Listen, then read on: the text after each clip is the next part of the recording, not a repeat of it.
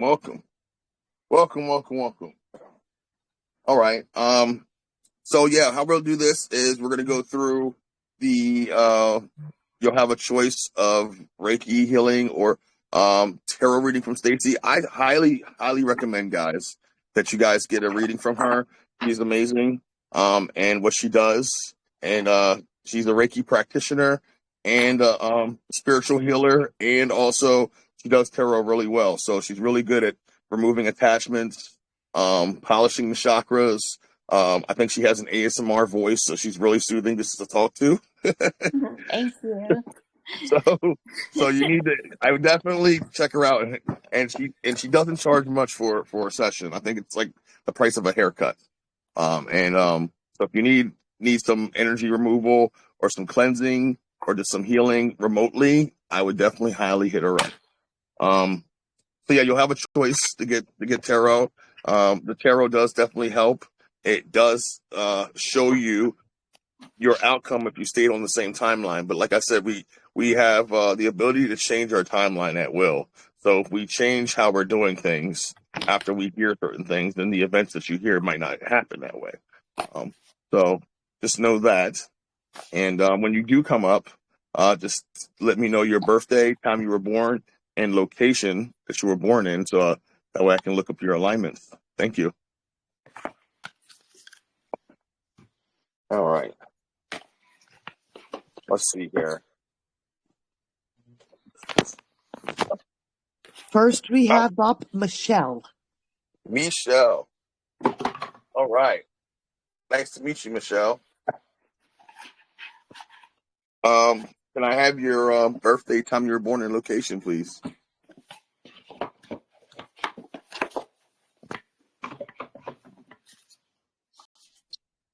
Michelle, tap the button and it'll turn green so you can speak. Okay, sorry. It's 9/9/1960 in Salinas, California. You said 9960, Salinas, California. Yes. And what time were you born? 11:37. Okay. AM. No, in the evening. Okay. Yeah, the thing about the timing is it's kind of crucial. Is your ascendant changes multiple times in a day, and the time can also change your degrees and houses. So that's why time is kind of crucial to know. And if you don't know your time, guys, it's okay. But just try to get a roundabout time. That would help out the reading to make it more accurate. Yeah, So let me go. Almost midnight. Yeah, that's awesome. All right, hold on one second here, Michelle. I'm going to look up your alignments. If Stacy wants to go first, she can. But if you want me to go first, Stacy, just let me know. Okay. Well, Michelle, did you know I have oracle cards and tarot cards also if you have a question, or I could do a Reiki healing for you while he's doing astrology. Did you know what you'd want to do, Michelle? Well, I actually have tarot cards here myself, but I probably need a healing because I've been through 5 months of you wouldn't believe. Oh, okay then. I'll give you some Reiki then while he's reading your chart for you. Okay. Yeah. Thank you. You're welcome. Okay. Let's see what we got here. Mm-hmm. Mm-hmm. Mm-hmm. Interesting. I know I'm like a 369 person. I don't know. Yeah, you're very interesting. Looking at your immediate chart, so Michelle, I really feel like you are really you're really kind of psychic in a sense. Like you do have this ability to kind of home in on people. You are very much a grounding force for the people around you because you're very you have a lot of determination and you're very grounded. I would almost say it takes you a while to rally you up in situations because you are able to perceive things very easily in your reality. the one thing, and the reason I say you're very supportive for your family is because it's your sun sign is 17 degrees Virgo, and it's in your fourth house. So a lot of your vital force is just on nurturing, taking care of others close to you. You're like the mom for everyone. You are. I think you're like your inner world is more important to you than these mundane things that's happening. So you kind of like seek security in your own needs from home, the home life, where you identify from, and with family. So as you go through life, you may feel a necessity of beginning to distinguish your own sense of self separate from your family ties right now, because you've been kind of like self-sacrificing yourself for your family for so long that like you almost forgot who you were. But I feel like now you're coming into your own with this, and you have such a strong mind. You're very much in your head a lot. That's why I say that you can kind of be kind of psychic. Maybe you do have a lot of vivid dream moments because you have a lot of your alignments are in the middle of their degree chart in 17 degrees. But the fourth house is just like all about like distinguishing your own sense of self separate from the family life.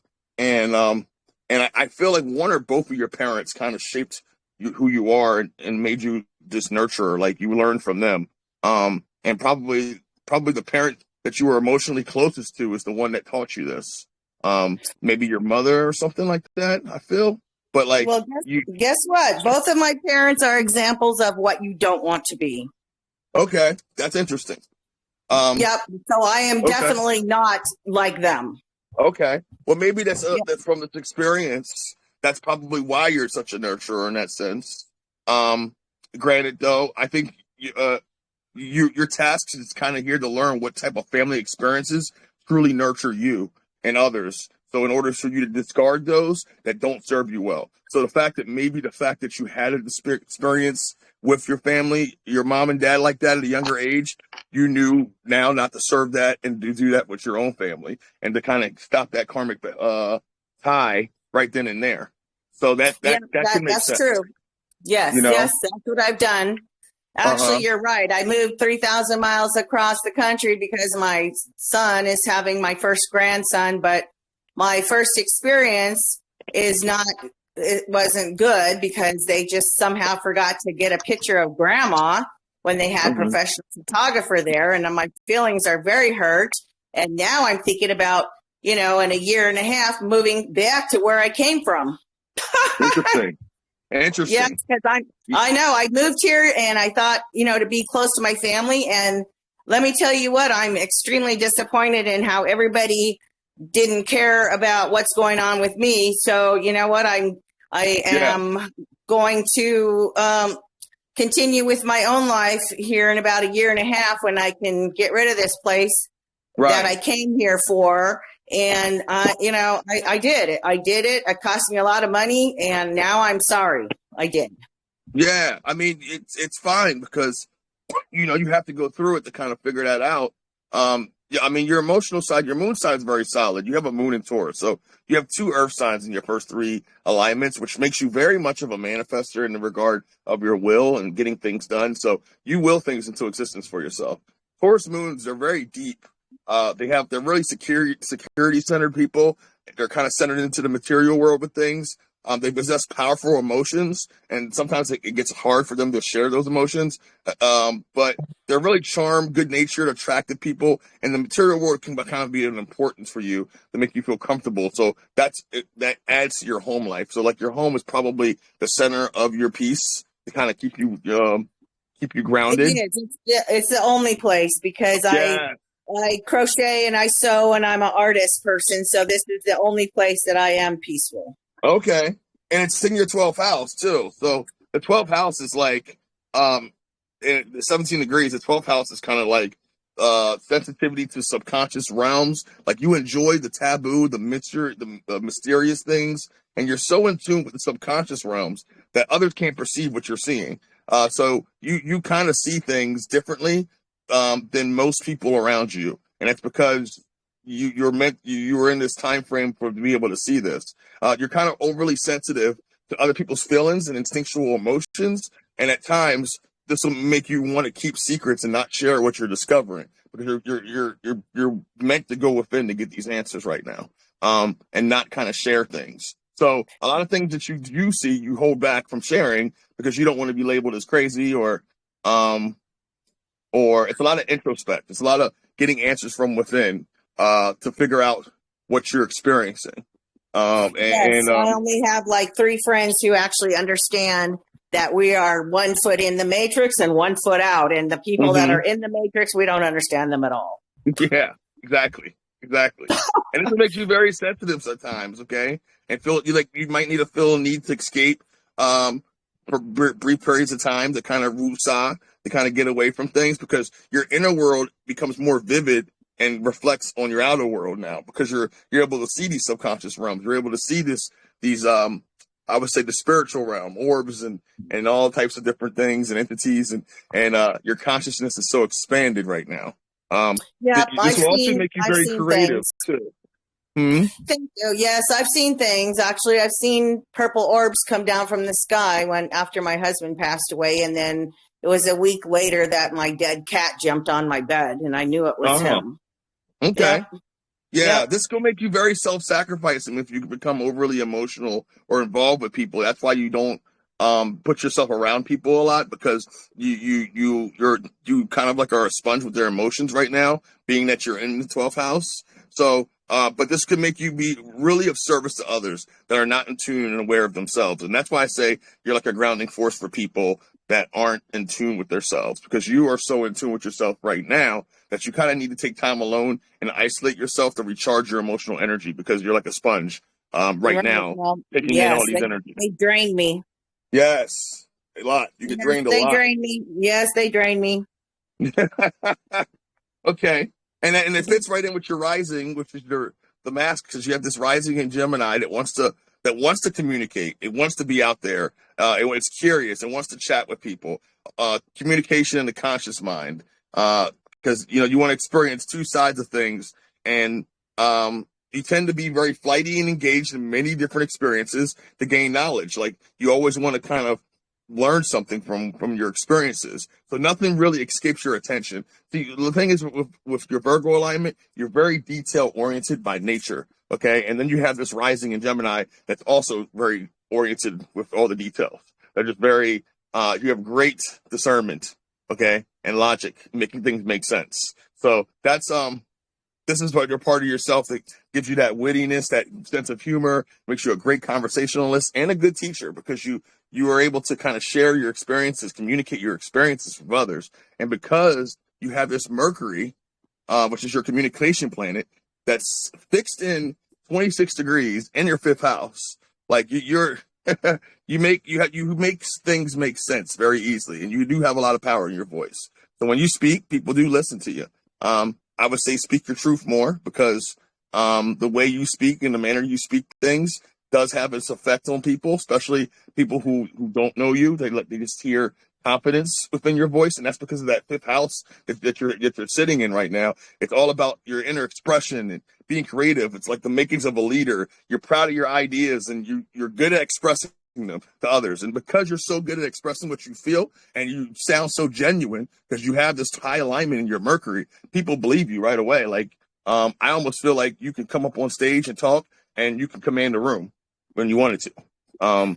Like that's the thing. It's like people who have this placement in their chart are really good teachers, and they tend to be really good with the youngsters, kids that have a hard time seeing reality in the manner that you do. So the fact that you're able to express your ideas very easily in a format that's good for people to receive that information is a blessing within itself for you. And that's, I think, one of your gifts, is just being able to disseminate and communicate information precisely to the people that need to hear it, to the souls that are willing to receive what you're saying.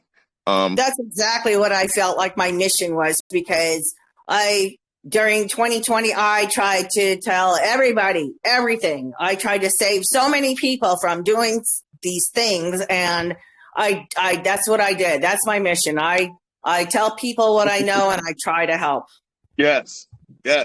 And you have this thing in your Mars and screaming, hey, like, let's get this stuff done, because you're all about action with this Gemini and Mars. It's like, making you very witty, energetic, wanting to communicate again, like you're wanting to step out there and you're wanting to find a reason how to connect with people. And because it's in your first house, you're very empowered right now. You're very positive and you're directive of your energies. You have great strength of character and how you assert yourself. And it's a calling for you to do that because it's that 24 degrees. It's a spiritual calling for you to maybe step outside of yourself and to be of service to people, to kind of step up to the charge and be this, I would almost say this teacher that you are. Like I get like this voice in my head telling me like you're a teacher of philosophy of life because you make people feel comfortable and confident, and you have such a great memory and being able to retain information that you're able to decipher and disseminate the information to others so well that, like, you know, this is like a calling for you to be this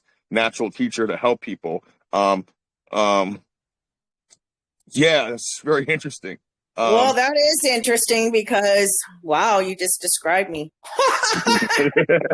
Yeah, you got this ability, man. Like you have this ability to connect with people because of this Gemini that's in both of your, I see it in your rising. It's also in your Mars, and it's like communication plan all the way. And then that Virgo alignment, for you, but your sun sign in Virgo kind of makes it so you make it make sense for you, and you set the bar for yourself so high that you might, I don't think you make many mistakes because you are consciously aware of it.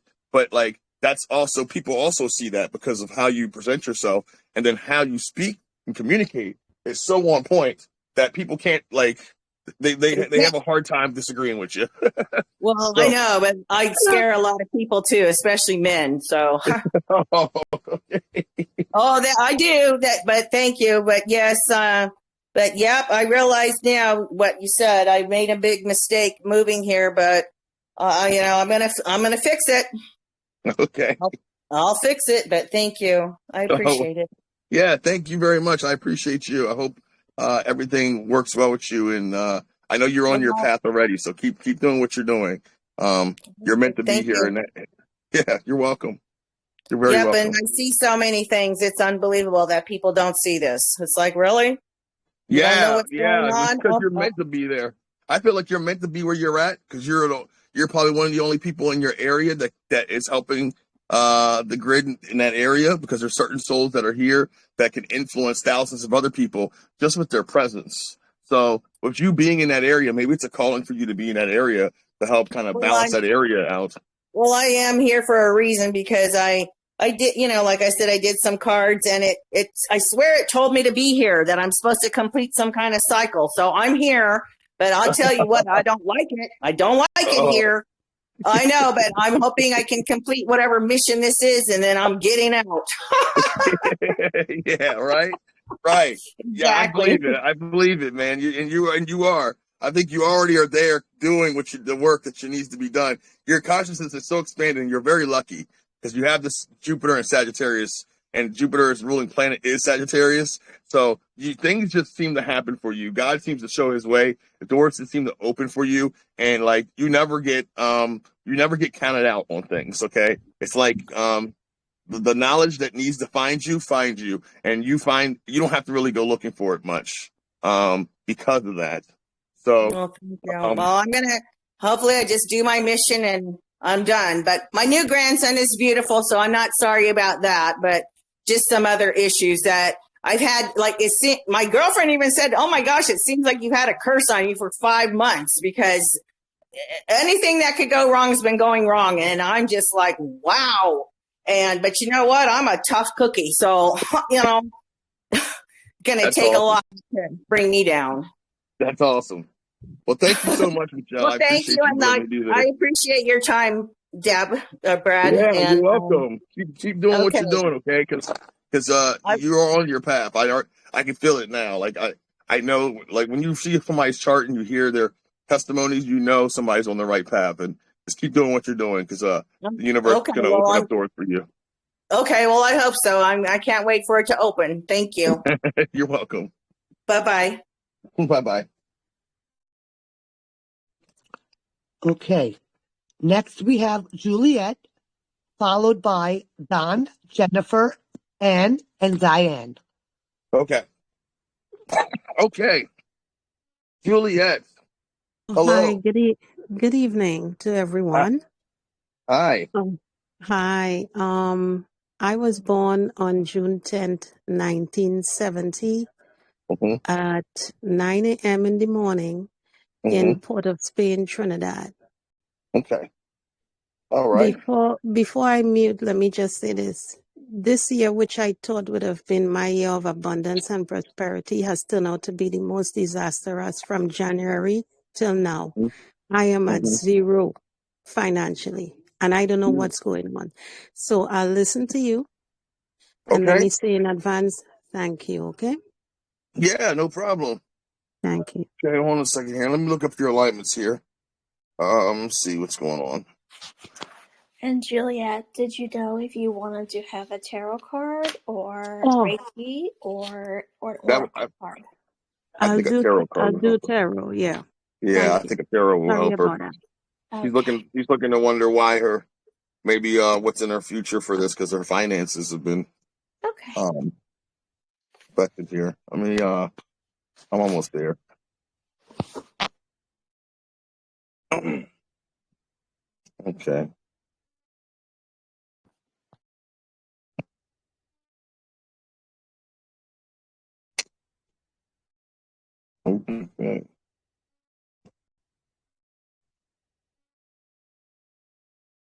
Hmm.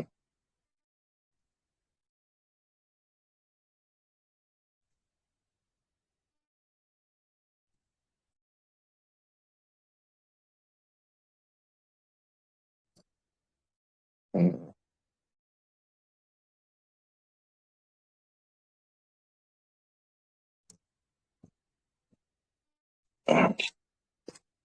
Okay. Did you want me to go, Stacy, first, you Go ahead. want to go? I'm pulling cards Oh, you right can now. just throw phone. Okay. Mhm. So Juliet, so you have a sun sign in 15 degrees Gemini. Gemini, they're associated with the communication, the logic, the thought process. So in 15 degrees, you're very much a psychic person. I do believe you're like an oracle in a sense because you do get visions a lot of people and a lot of things. Um, and your other kind of planets show this. Your sun sign is in the 11th house. So the 11th house is all about concentration with your vitality force that belongs to a part of a group consciousness and how you integrate with the human family. So it's like you enjoy being memberships with groups of friends. I think that's how you find your own identity in that way of yourself. And you kind of may be drawn to a collective awareness within that of how you find yourself through people.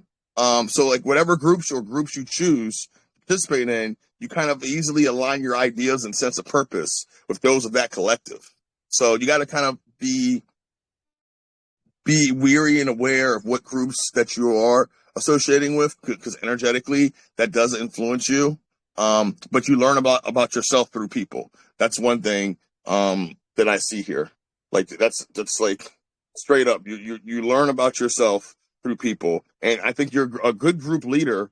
And you probably know a lot of influential people from your connection with these groups, like people that can change people's lives, people that can change your life from all these associations. It's almost like since you know all these people, you kind of are like a natural unifier in a sense that you can kind of connect the dots to it for a lot of people, which you probably do.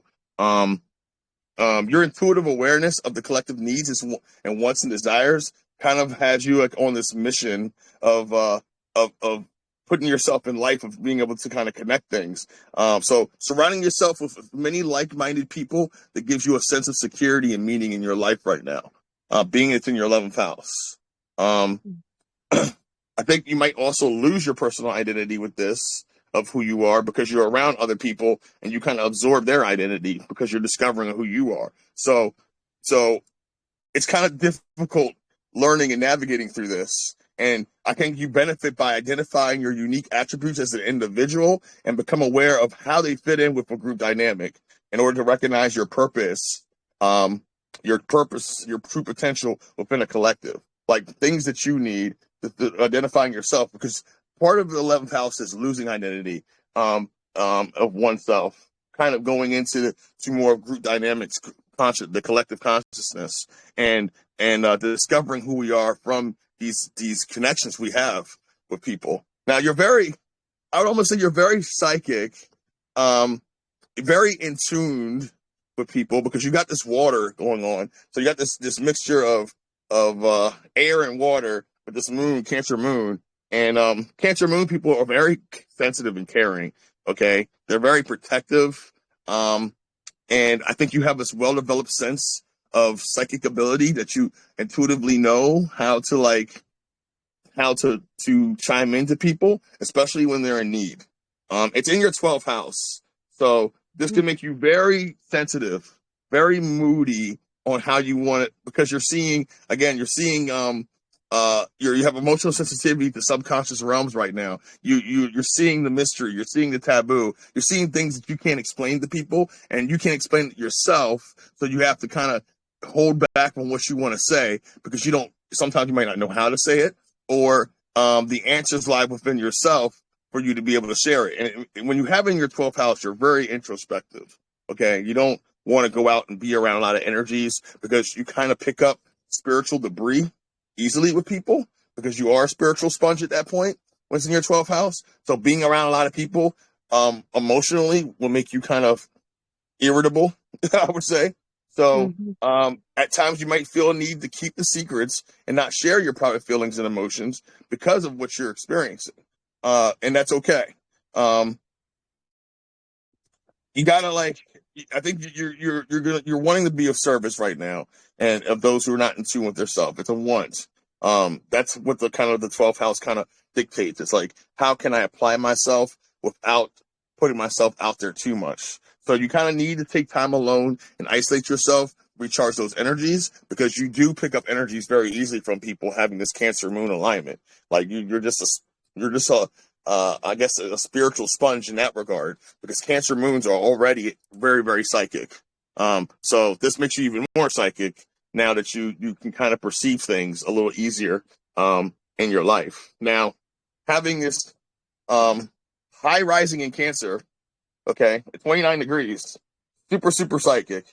I almost feel like this energy is who you're becoming. Like you're becoming this person that's really conscious, really security conscious. Your home is very important to you. Also nurturing people in a way spiritually that they haven't been nurtured before. Like you're healing. I see you as a really strong spiritual healer in this regard. That's who you're becoming and who you actually are already.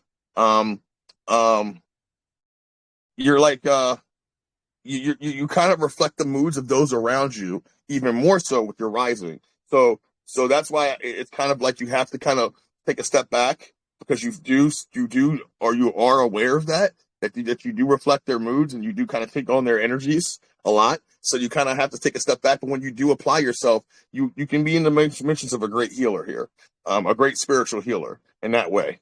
The Cancer sign, Cancers have a knack of holding in stuff from the past, which they are really good at transmuting karma when they do that. But sometimes they don't release it.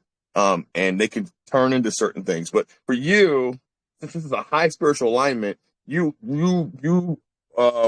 have a really great positive influence on helping people push through their karma, helping people transmute. It's like a spiritual teacher here, and it's a calling for you to kind of do that. It's like you lead instinctually, but with action. It's all about instinctual instincts with you. So that's how you kind of navigate when you are in public spheres. And I think you can benefit from shedding the light of your conscious reason on your habitual patterns and focus more into the true goals that you want in life, because the habitual instincts that you're getting sometimes overshadows your true goals and what you really want. You do have this ability to kind of chime in with your voice, because it's in 21 degrees Taurus, which Taurus Mercury's, they're very conservative mentally. They're really well grounded in reality. You make things make sense, and you learn more from practical matters rather than schooling. So you learn more from actually going out and doing things, getting your hands dirty and doing it yourself. And then you're able to kind of make it make sense for a lot of people. Ideals become much more important to you when they have a practical application. That's how you think. When it makes sense, when it has something practical to make it make sense, then that's how it works. And it makes you really, really artistically minded with a really well developed aesthetic sense when you look at things like that. So that's the interesting thing. It's in your 10th house too. So you have the strong mental awareness of career and professional ambitions in the world. Maybe it's a calling for you in your career to use your voice or to be an artist. I would say like either a singer or maybe a writer, something with communicating with people. It's like a calling for you to maybe step up and maybe introduce that as your career field. Because you have the makings of a good teacher here in your 10th house.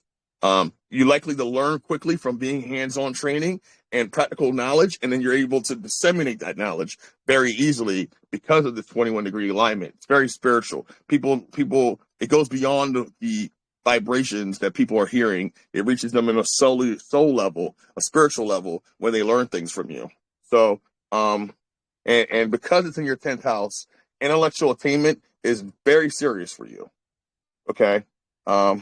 I think it's at your highest manifestation for you to learn things that make society better around you.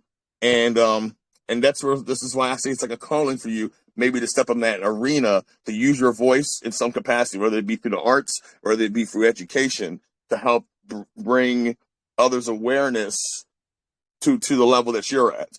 Because you're very careful in your speech. You're very careful in how you communicate with others. And people respect your stance on things, especially in your 10th house. It's like you already gained the admiration of others through work, and maybe it's what your work has to do. Maybe it's in the healing professions already, and but your voice does heal people, wherever, if you're using it to teach or if you're using it to try to uplift someone. But you do have this ability to do that with great concentration. So keep doing what you're doing with that, and And then with your finances, with Venus, right? Venus is linked to our finances. It's in your 12th house too, and Cancer. So, since it's in Cancer, it's like you're naturally tuned into higher planes of reality right now, and you don't connect well with mundane everyday world. So maybe it could affect how you make your money, because you don't want to. The everyday world that we're seeing is changing, okay, and it's becoming a new world that's unfolding. So maybe finding yourself, you might have to find your happiness in situations that encircle what you want right now, instead of getting and not putting yourself out to the crowd, because being in the 12th house makes you want to go within to get your answers and not be out in the crowd or not be out in public spaces or engage in public spaces anymore. So it's harder to make money when you're not associating with people, because a lot of things you're doing from within. So, but you're really socially adept and easygoing. I think perhaps too easygoing. So, and you do sacrifice a lot for yourself, and others that you have interest with. So just connect to yourself. You know that you are meant to be in this mystical union of nature and life right now, because it's in your 12th house. It's forcing you to be that way, especially in your Venus. And know that, maybe your purpose is helping children in that regard, because of this Venus in Cancer, and they're very fond of children. They're very fond of the home life. They're very instinctual. And that could be something for you, because you're really receptive and charming. I would say mothering, in a sense of how you love people. Very sentimental and nostalgic. And anything that's involved with a closeness, intimacy, family relationship, you're all in it. So I guess that's how you can also teach people. Like when you meet these people, and it has these close ties, you can really make them feel at home. And then you can also give them a little bit of what you know, because what you know is very important, because you're finding your answers in a different way than the average person right now, because you're going from within to get these answers. You're not seeking them through other people. You're literally seeing it, and you're you're seeing other things right now on a spiritual level. Does that make sense? Well, listen, I am lost for words, because I'm listening to you intently, and everything you say is absolutely correct. Everything, with the exception of none. Okay. And I have been having visitations from off-world entities, and it's happening more. So I know I have to keep myself and my energy protected Mm-hmm. from the frequencies out there. So I know you're correct. I mean, There is nothing else I can say other than thank you. Peace and light to Oh, you. Keep oh, shedding your light, because oh, tonight I connected instantaneously, and I knew when I put my information out there, I would get this feedback, because this is exactly who I am. And this is what yes, is happening to me right now. Thank yes. you. You're welcome. Thank you. Yeah, keep doing what you're doing. You're meant Thank you. to You do the be in that same. situation. It's on your chart, so it's aligned for you to be in this way. And you're so psychic, like you are so Yes, I just in am. tune with people. And it runs people too. Yeah. People Wow. are scared of me. But it's okay because, like I said, I have been visited by entities, and they already put certain things in me and have activated me. Like, for example, let me just say this before I pause. I have been visited by them in 2020. Okay. May 30th at 2:39 a.m. they came, and they were there in my bedroom doing whatever. They did something. I know that because in 2021, one February morning, I got up in the month of February, and I saw a black dot in my left eye, and it has not gone. And my vision is not bad. Oh, yeah. That's called the. I call that the galactic glitter. Yeah. So I see them Thank too. you. Thank Yeah, you. So galactic glitter. So when you see I'm that, not that like means that everybody else. yeah. So when you see that, that means you're seeing beyond the veil. You're seeing other Yes. dimensions. Okay. It Yes. looks like fuzzies in your eye or black spots or smoke or like a hair in your eyes, but you're seeing it when you look up in the sky and everything, but you're Yeah. actually seeing into other realms. Okay. You're seeing Yeah. actually, your guides and different beings around you. And it almost is like when you move your eyes, you can't unsee it. And it's meant for you No, to it's see. there.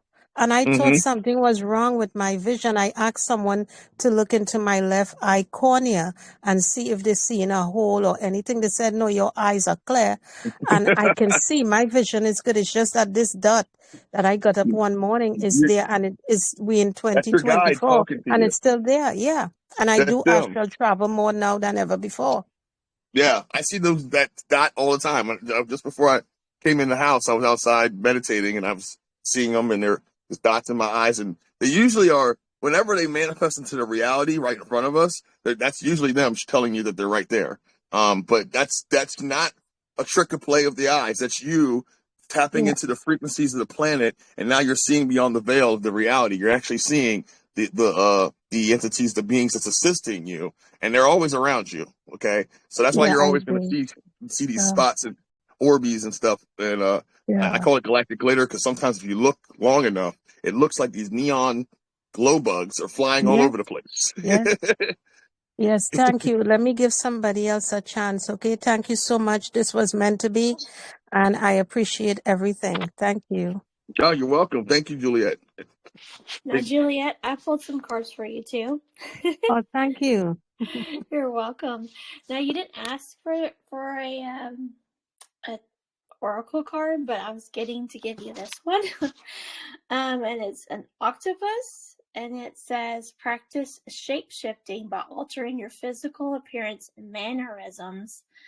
So it's necessary to remain flexible and resilient by willingly practicing different identities, by altering your way of dressing, your hairstyle, your demeanor, or your mannerism. Focus on your body language and voice qualities. Experiment by first making small changes in any of these aspects and watch what happens. You can also become skilled in modifying your aura, the energy field around you, by intentionally connecting and expanding it. When you practice these things, sometimes even your friends won't recognize you, and you can even get too good at camouflaging that you become invisible to others. And I think this was the main message for this, because I have experienced that where people don't even see me and I'm right there. They walk right past me, and unless I speak to them, they don't know that I'm there. So you can do that too. Mm. And so I looked at. I was asking about the money part. I didn't really. Sometimes, even though you're asking, they don't give you what you're asking. They ask for like a past, present, and future for the money situation. In the past, you got the Four of Pentacles, and that can represent a time when you might have been overly conservative in your approach, possibly holding on too tightly to your resources or being resistant to opening up to new opportunities. This period was characterized by heightened focus on preserving what was already achieved, perhaps at the expense of welcoming new experiences and adventures. While this mindset might have helped in maintaining a stable ground, it might have also hindered the flow of fresh energy and the excitement that comes with trying new things. And the present is the Nine of Wands. Now you can tell this guy's he's been in battle. He looks really weary. And this is where you're at now. It's a time of guarding against future challenges, standing firm in your convictions, and drawing on your inner strength to preserve. This stance is about being ready and alert, having learned from the past experiences to anticipate and prepare for what lies ahead. It signifies a moment of caution, but also of great courage as you brace yourself for any adversary, fortified by your past struggles and triumphs. Now, in the future, I got the King of Cups. Now, the King of Cups in the future could represent a time where you will be in control of your emotions and be able to provide guidance to others. This period will encourage growth and ability to steer through emotional landscapes with maturity and wisdom, being a pillar of support and guidance for the people around you. You'll find yourself radiating stability and providing a safer harbor for others to express themselves openly, encouraging an environment of trust and mutual respect. So maybe this is coming up to the time we're coming up to where people are going to be able to come to you because it's pretty hectic right now and they might need some guidance from you. So that's kind of what, even though I was asking about money, this is kind of what it wanted me to talk about to you. So Thank you I so hope that much. It's resonated. been happening. What I'm seeing here and I'm gathering, I know certain things are happening. And I believe this time for me is all about spiritually grounding and growing and ascending because I am going through it. My DNA upgrades, ascension symptoms I've been experiencing for a few years, etc. So thank you. I just needed confirmation and some more advice, and I know exactly what I'm going to continue doing. So I appreciate everyone, and I send high vibration of positivity and love and peace and tranquility to all, okay? Because this is my mantra every day. Thank you. Yeah. Thank you. Thank you. I love it, man. This is great. Yeah, everybody's coming into their own with this. So we're all ascending right now and having these different experiences, which is a part of our journey here. So I love hearing that. So thank you so much. Next, we have Don, followed by Jennifer and Diane and Debbie. Go ahead, Debbie. Don. Okay. Hi. Hey, Don. How are you? I'm good, thank you. How are you? Doing great. Good. Doing great. Can I get your birthday, time you're born, and location? Yeah. And what's up, Sarge? Sorry? Oh, sorry. I said, say what's up to Sarge and everybody else in here. What's up, guys? Carry on. Okay. So my birthday is December 3rd, 1987. You said November. You said November 3rd? No, December the 3rd. Okay. 1987. 1987, London, England, at 1 a.m. 1 a.m. Okay. Yeah. Interesting. And Dawn, do you know if you would like a tarot card, an oracle card, or a Reiki healing? Could I have a tarot card, please? Okay. 1 second here. I'm looking up your alignment. Anything that you want to focus on, Dawn? Yeah, my finances as well, please. Okay.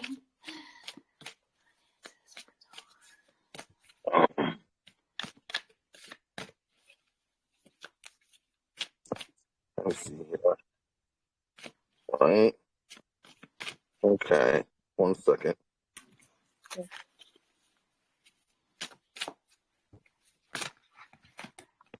A while ago, I was getting that you would need a fortune card, so I'm gonna get that one for you before I do your tarot card. I like this one. So this is the fortune card I got for you, and it says unity. It's at the time of divine understanding, renewal, peace, and hope. You radiate and attract great love. That's a really beautiful card. Awesome. Not about finances necessarily. I mean, this is good. This is good. And I'll see what I can get for the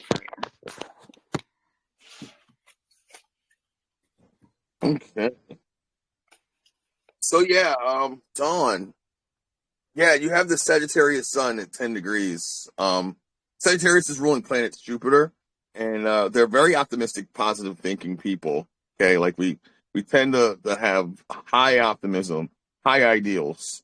You're real direct and forthright. You have good nature, affirmative outlook on your things. You tend to speak your mind a lot, which can kind of get you in trouble at times, but you're able to laugh yourself out of it a lot. So people kind of overlook that.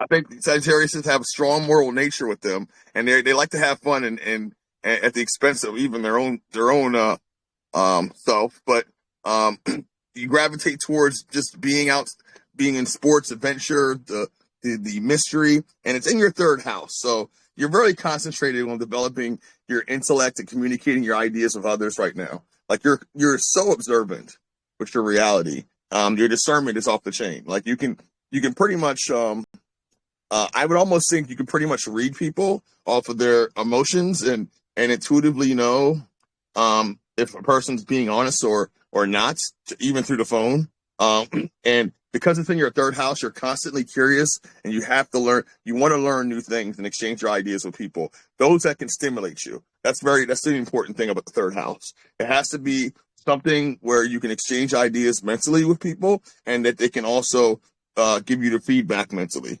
But with this placement, this makes you a good speaker or a writer, like because you have such great observational skills that you're able to kind of retain this information and kind of disseminate it in such a way. So it's like this thirst for knowledge that like you can't always get enough. Like you're always researching, and Sagittarius have a thing known for them to want to research, but this makes you even more of a researcher. Okay, so you're researching on even time your downtime, and you're starting to see that there's a journey that is about discovering everything you can about the world and then communicating your knowledge of everyone around you. And see, the third house needs to be intellectually stimulated. Like you have to be challenged in order for your talents to kind of come out mentally. Because if you're not mentally challenged, then it can get kind of dull and bored for you, and you won't develop your skills. So it's like, sharing your unique discoveries with people right now would be kind of ideal for you. Like sharing what you're discovering, you're unearthing the knowledge that you're attaining is kind of like what you're seeking. And you need an audience that want to hear that, which goes to your moon sign, which is in Taurus. Okay. That Taurus moon, like I said, Taurus moons they're really security conscious. They're really good at maintaining material things. They're really grounded and determined. They have powerful emotions and they don't get riled up easily. Like that's the one thing. Like when most people lose it, you kind of keep it together pretty easily. That's one of your gifts is to keep it together very easily. And the material world is kind of important for you, and your emotional side. It makes you feel comfortable. It makes you feel at ease. It helps you tap into higher realms when you have a conscious, that's security conscious kind of a mind. And with this placement, you're very practical about things.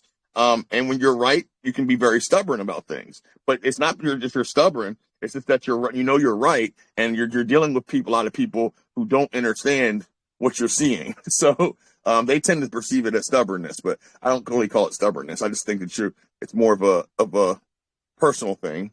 And it's in your 8th house, so you're very intuitive and psychic, because in a 13-degree alignment, it's kind of like in the midst of, it's like the end of the physical, attributing more into a mental thing. So you're seeing timeline shifts. You're having these vivid experiences. I would say astral traveling and dreams. You're having these downloads of information. You're your experiences are very deep rooted in these emotional experiences, and you're having these psychic connections in the process of doing that. So having it in your 8th house automatically makes the person naturally intuitive, and it makes you want to be interested in knowing about everything, any kind of subject, whether it be deep on the surface, mainly deep things like life, death, or issues with mortality, esoteric knowledge.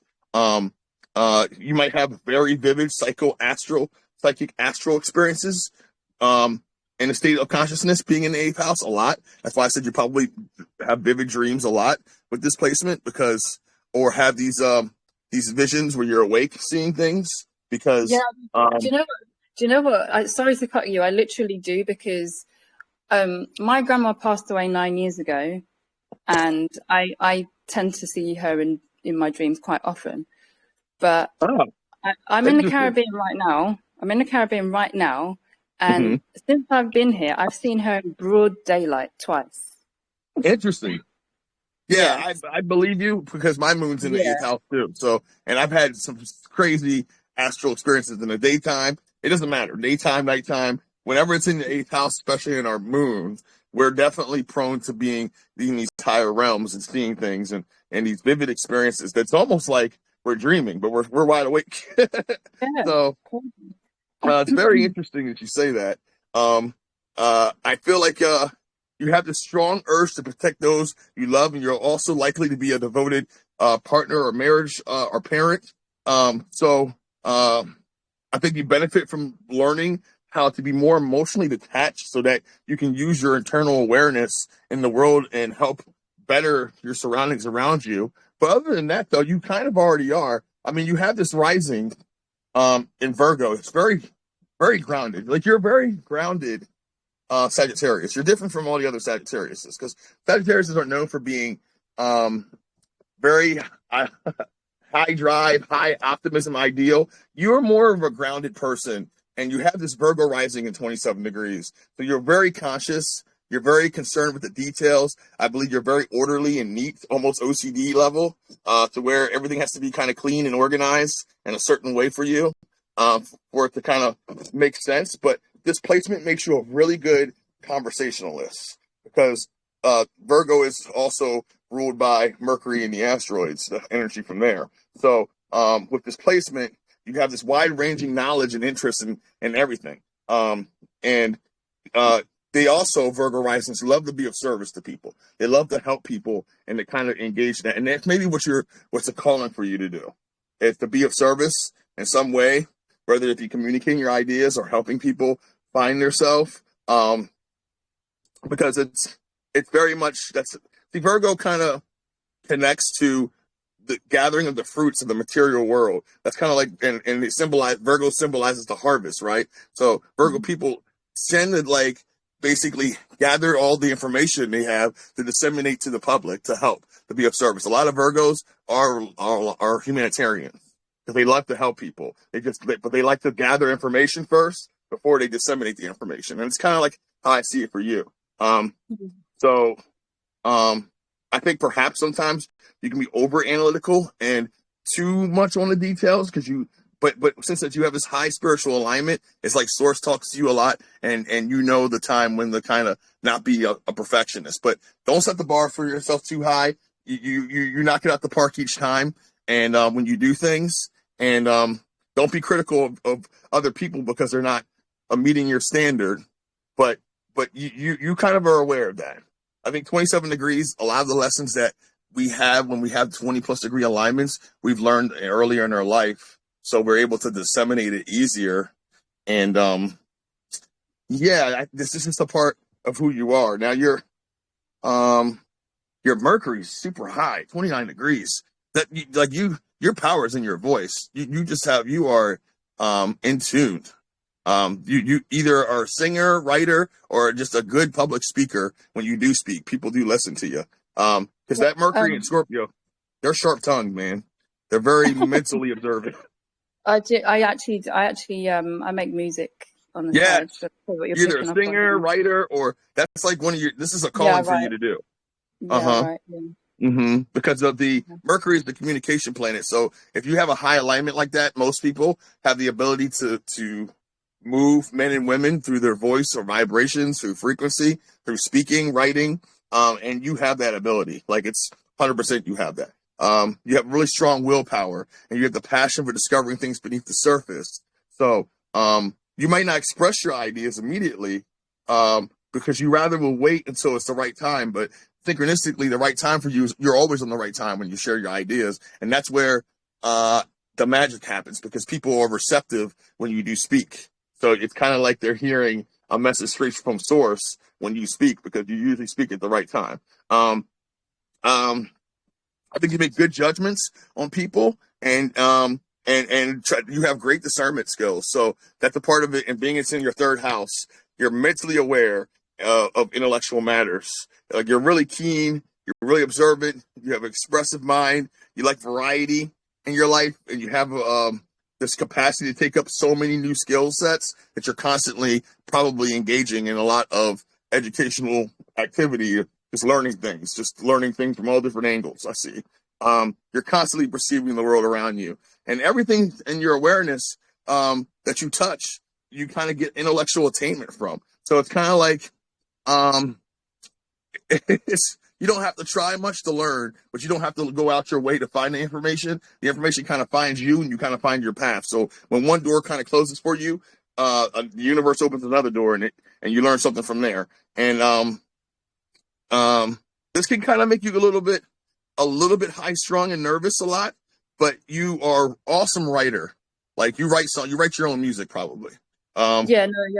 I write my own music. Yeah. Yeah, and you can probably sing it too, because you have this ability to do that. You have an ability to take what you feel and put your words into the music and into the pen, and it can reach people. The frequency of that alone touches people to the soul. That's how powerful you are. It's a God gift, the gift from God that you have. It's a high alignment. 29 degrees is like an angel singing and how you perceive things. So keep doing what you're doing on that. Maybe that's your calling is to do that. Because it's so high and it's in the third house. So it's like you're able to really satisfy people mentally and spiritually from your words and your songs. I see that a lot. And maybe that might be something that's up the road for you now. Like you have a breakthrough of something involving music. Yeah, because that's interesting. I'm trying to see if there's anything else in here. Let's see here. Yeah, your Uranus in Sagittarius in your ninth house, and it's in Sagittarius, so this is kind of like a group thing. Because the outer planets rule a generation more than a person, so there's more people apt to have this in their chart. But because you have this in Sagittarius, you're very much strong intuitive powers. You love philosophy, higher learning. Maybe that's a part of your journey is to get into these new age philosophies, these new age beliefs that aren't really expressed to the public, because you have this visionary sense of optimism and possess these high ideals, and because of that, it can make you kind of nervous and high strung because you're going against the grain of our old reality, because you're seeing all these new things and it's not changing right away. So sometimes it makes us a little bit nervous. But you like to explore new perspectives, either through reading and researching it or personal experience with traveling, and that's where I see you headed at, because you bring your own unique viewpoints to education, and you kind of, because you experienced it, you're able to kind of share the information in an educational way that brings in more context for people. And that's a gift within itself. And you're naturally the rebellious type, and you have the capacity to visualize new possibilities rather than accept the outmoded status quo of things. Like you see outside the box, you see the good in things, and you're able to kind of apply that knowledge. So that's kind of key. It's in your fourth house. So this can make you feel insecure at times, possibly stemming from a disrupted home life early for you. But home life for you has always been stimulating and challenging for you. And there may have been difficulties, perhaps, with like family or parents being busy or affairs or whatever, or the children leaving out of the house or early or something like that. But it's meant for you to have this difficulty so that way you can be more sure of yourself and become more focused on your own subconscious process in mind. So you have your own identity of who you are. It's kind of waking you up to who you're supposed to be by these experiences with your home life because it's in your fourth house. So that's kind of like how the universe is saying, okay, you're finding yourself through these experiences at home, and that's kind of what's going to kind of give you this vision to be able to see these new possibilities because you went through it. You went through the mud, and now you're here on the other side, and because you went through it this way, you're able to kind of share that story to help others, and that's key. So yeah, like the key is just being able to share these experiences. It's a new level of tribal sharing, I would say, because you're going through it. Honestly, thank you so much. That is like me to a T. Absolutely. That's Okay. 100% everything you said. Honestly, Awesome. thank you. Thank you Yeah, so much. thank you. Okay, and then I went ahead and drew some cards for your career also. What I got was in the past was the King of Wands, and the King of Wands in the past for career and financial means you demonstrate leadership and vision in your demeanors and endeavors. You take bold steps, being proactive and carrying out successful paths for yourself. It was a time of dynamic actions where your leadership qualities shone through, leading you to make decisive and bold moves in your career. It was a favorable period where your visionary approach was in full swing, laying down a path marked by productivity and a go-getting attitude, forging a path toward success and determination and foresight. Now, in the present position, you have the Seven of Cups. That's probably why you asked about this. Yeah. So the Seven of Cups represents that you're contemplating multiple career paths or financial opportunities, it's urging careful consideration to avoid being led astray by seemingly attractive but ultimately unfeasible options. So this card highlights the importance of thorough research and self-reflection to identify which opportunities are truly aligned with your skills, values, and long-term objectives. It advises against making impulsive decisions based on surface appeal and instead advocating for a deliberate and informed approach to your career and financial planning. And in the future, I got the King of Swords. Now, the King of Swords in the future position means that there is potential growth through strategic planning and logical decision making. It advises you to approach your career with a clear vision and well-defined goals, utilizing a rational and disciplined approach to achieve success.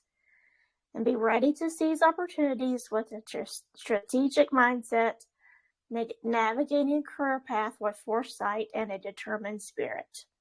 So I hope that helps. Thank you so much. Thank you. You're welcome. Okay. Awesome. Awesome. Thank you. Thank you. Good times, So man. next we have Jennifer, then Anne, Diane, Debbie, Matt, and then Flo Grow. Okay. All right. Jennifer. Hey guys, can you hear me? Yes. Hello. Okay, last time my microphone wasn't working. My birthday is 8/10/62. I was born at 6:18 p.m. in Wadesboro, North Carolina. Okay. All right. Let me go ahead and look this up real quick. 1 second here.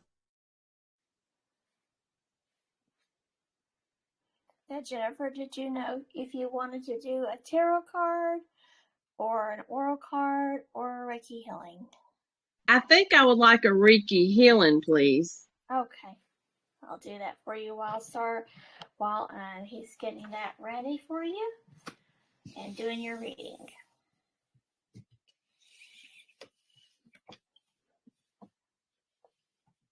Hi, Sarge. Hi, Joe. Hi, Joe.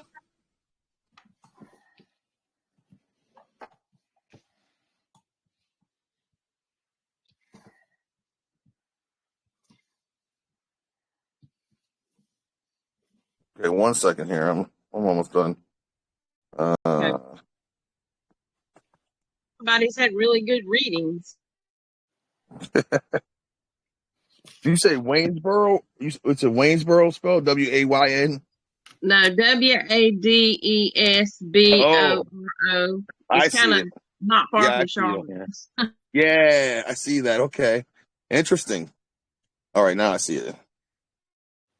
Oh, wow. Okay. Man, you are a master manifester. It's so You're a funny. firecracker. That's what I You was got going to say. I'm like, I'm a mess. That was the first thing I was going to say. you're a firecracker of energy, man. You got fire, fire, fire. All this positive energy in you, all in your life.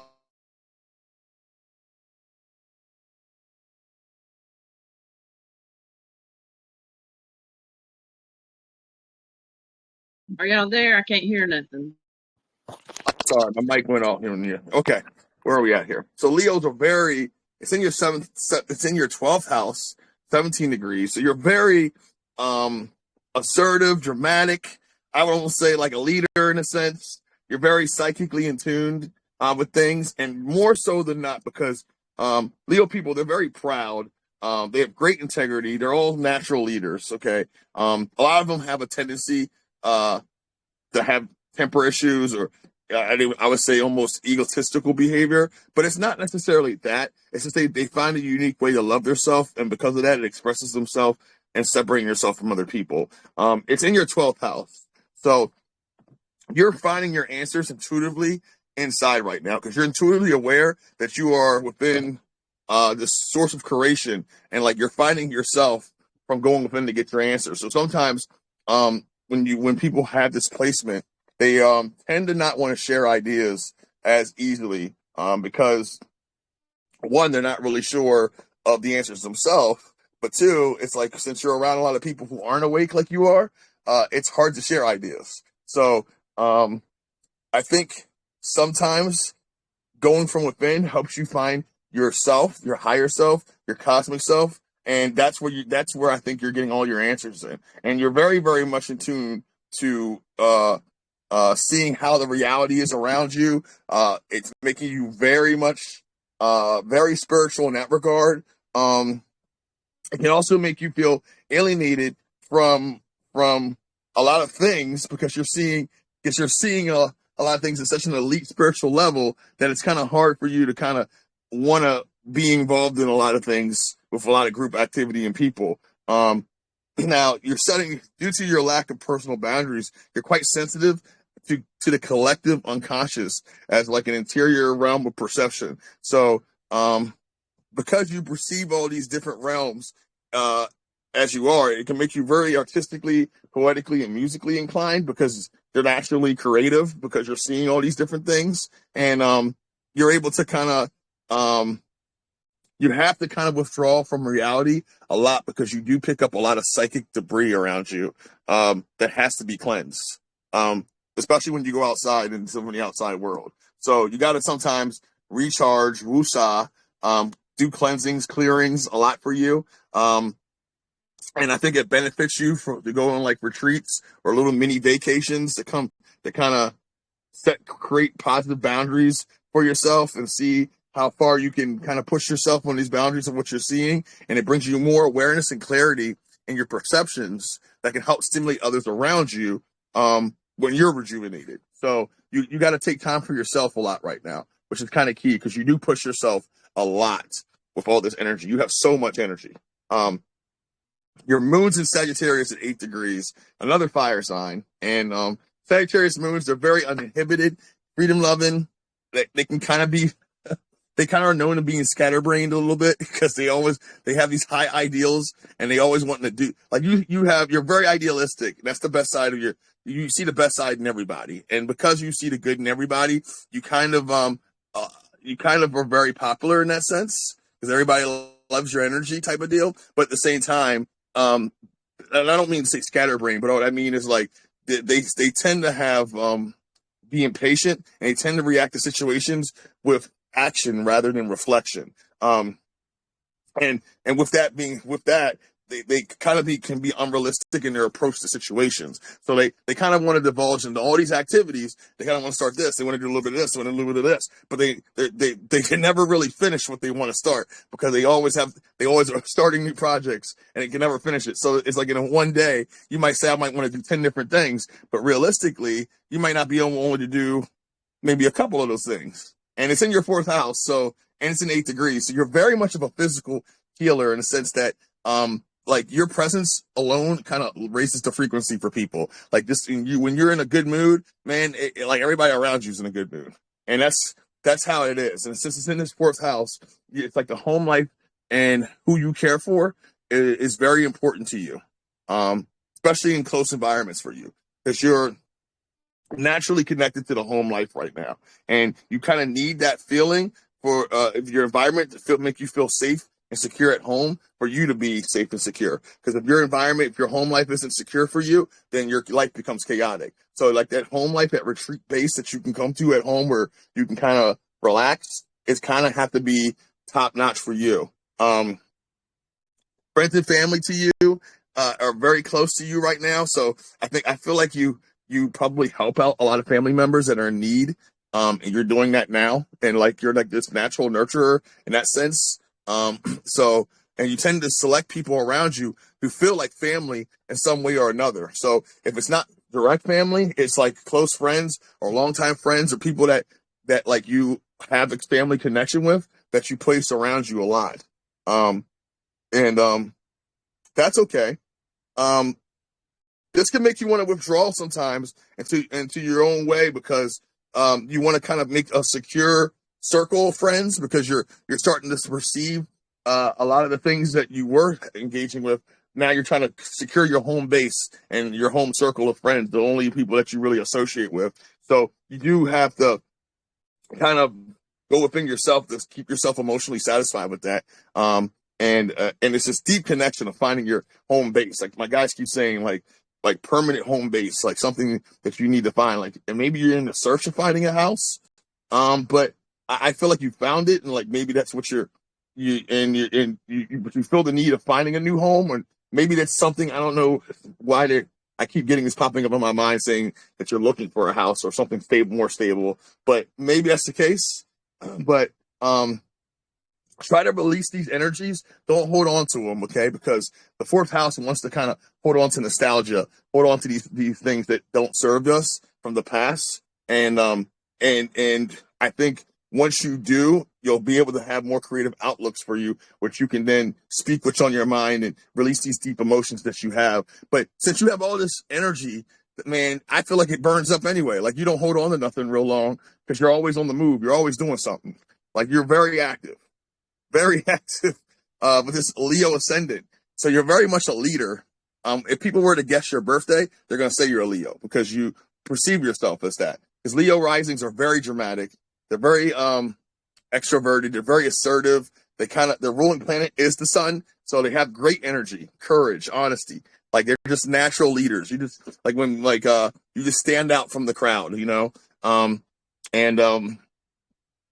That's the thing. They have like this dramatic flair to them, this dramatic appearance. It's like your way of, and this also can make you a bit spiritually inclined. Like you have this glow about you that people notice, and this energy about you that pushes you to get things through. And because, wow, your Venus is in, okay. So your Venus is in Libra at 1 degrees. You're very intuitive in how you, with people around you. You're a people person. Like you are a people person. Because you have a Libra at 1 degrees and it's in your 2nd house. So you're very strong. I think because Venus connects with the finances. It also connects with how we love people of a career and stuff. So since it's in your second house and it's in Libra, you're very artistically inclined. You're very good at attaining money. I think it's something natural for you, and you don't really have to worry about too much because you manifest those things very easily in your life, and you're like a conduit for it. And it's very intuitive for you to be around people, because you're very young at heart. You're very kind and considerate. You value relationship as a clear way of expressing yourself with people, and very honest and forthright. And you would be like a good diplomat or a good person to kind of share ideas with, because you see both sides of the issue and you're able to kind of help the downtrodden or people that need help. And also at the same time, you could also have trouble deciding on one alternative viewpoint because you see both sides of the issues. So it's that balance of being able to help everyone, and that's where your gift is, because you're very intuitive in that sense of being a helper and healer, and how you love people, because you love everyone the same. You kind of give everyone the same kind of energy, and that's amazing about you. You're a very pleasant and likable person, and that you have a lot of friends, and it connects financially to you because of this being in your second house, being you materially sound, being able to possess earthy and practical love of nature, and being very very ardent and nurturing in how you do things. This is a very powerful placement for your Venus, being that this is in this placement. I almost want to say this is like that Palladian energy, because people who have Venus and Libra tend to have Palladian connections, but very powerful. Now, let me see here. Ooh. I hope I am a Palladian. You are. Yeah, I tend to see that. I see that already in your chart, and I'm not even looking at your galactic chart. But your Venus is so powerful, intuitive, and it's in Libra. People who tend to have that in Libra tend to have Palladian connections. Like, they're very heart-centered. They very much are able to love people unconditionally, and they tend to master the divine feminine part of their self. So I believe you are. I definitely think you have Palladian connections.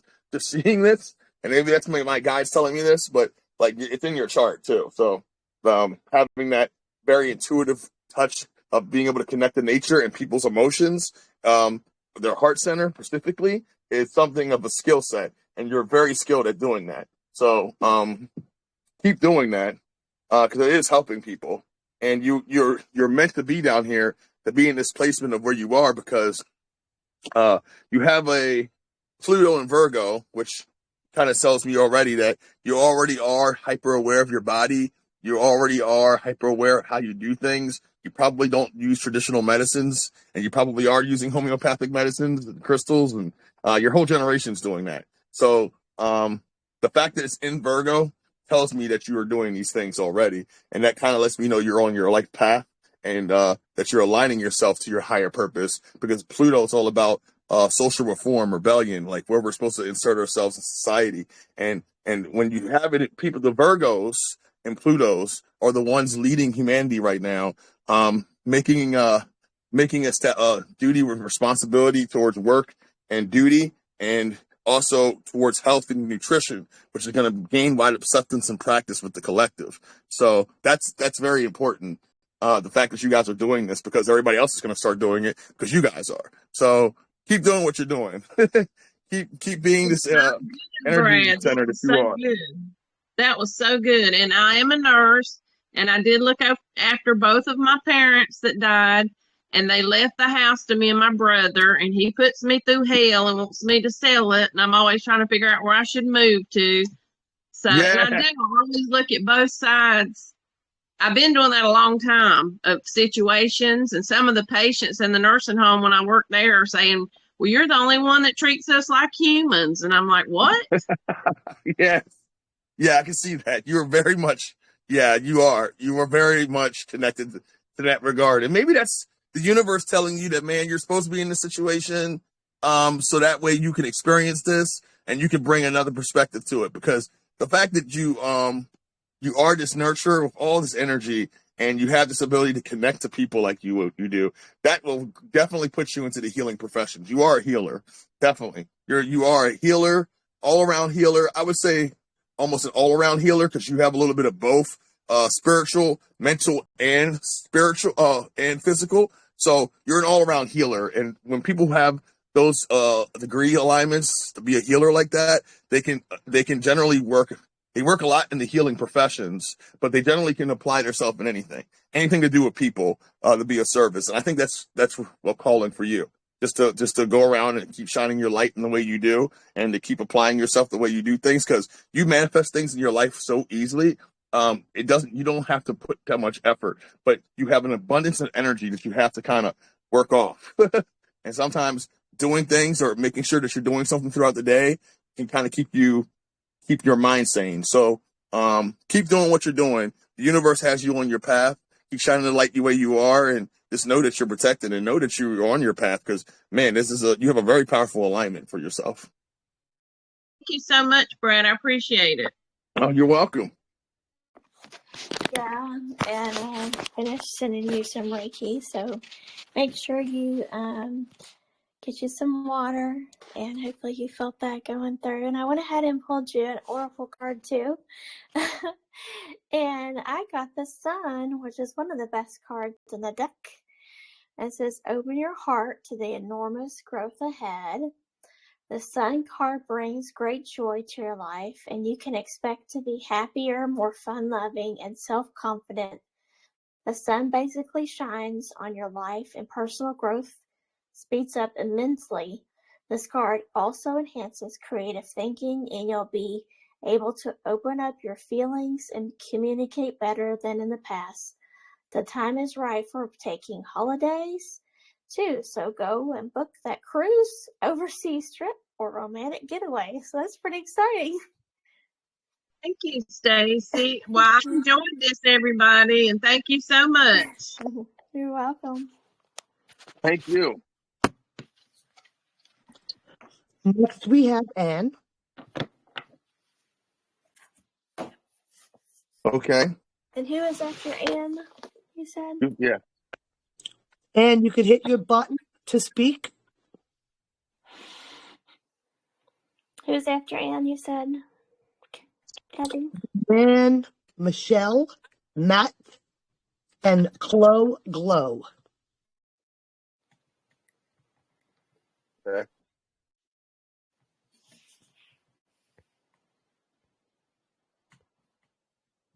Okay. All right. They're going to do Diane next. Hold on. Okay, we'll do that Diane next. Okay. Go ahead, Di.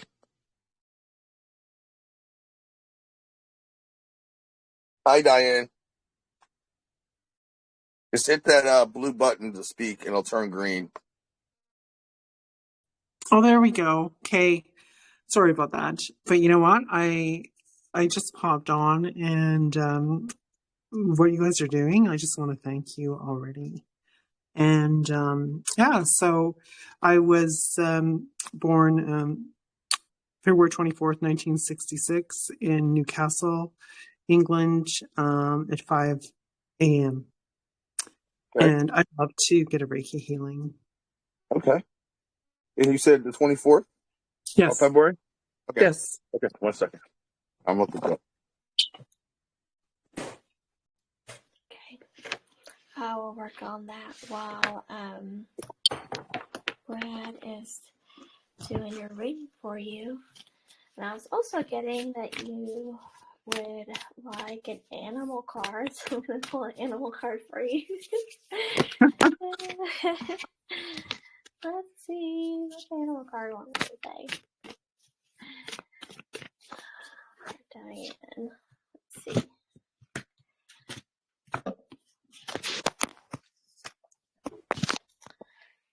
I got Roadrunner. So keep your sense of humor and don't take things so seriously.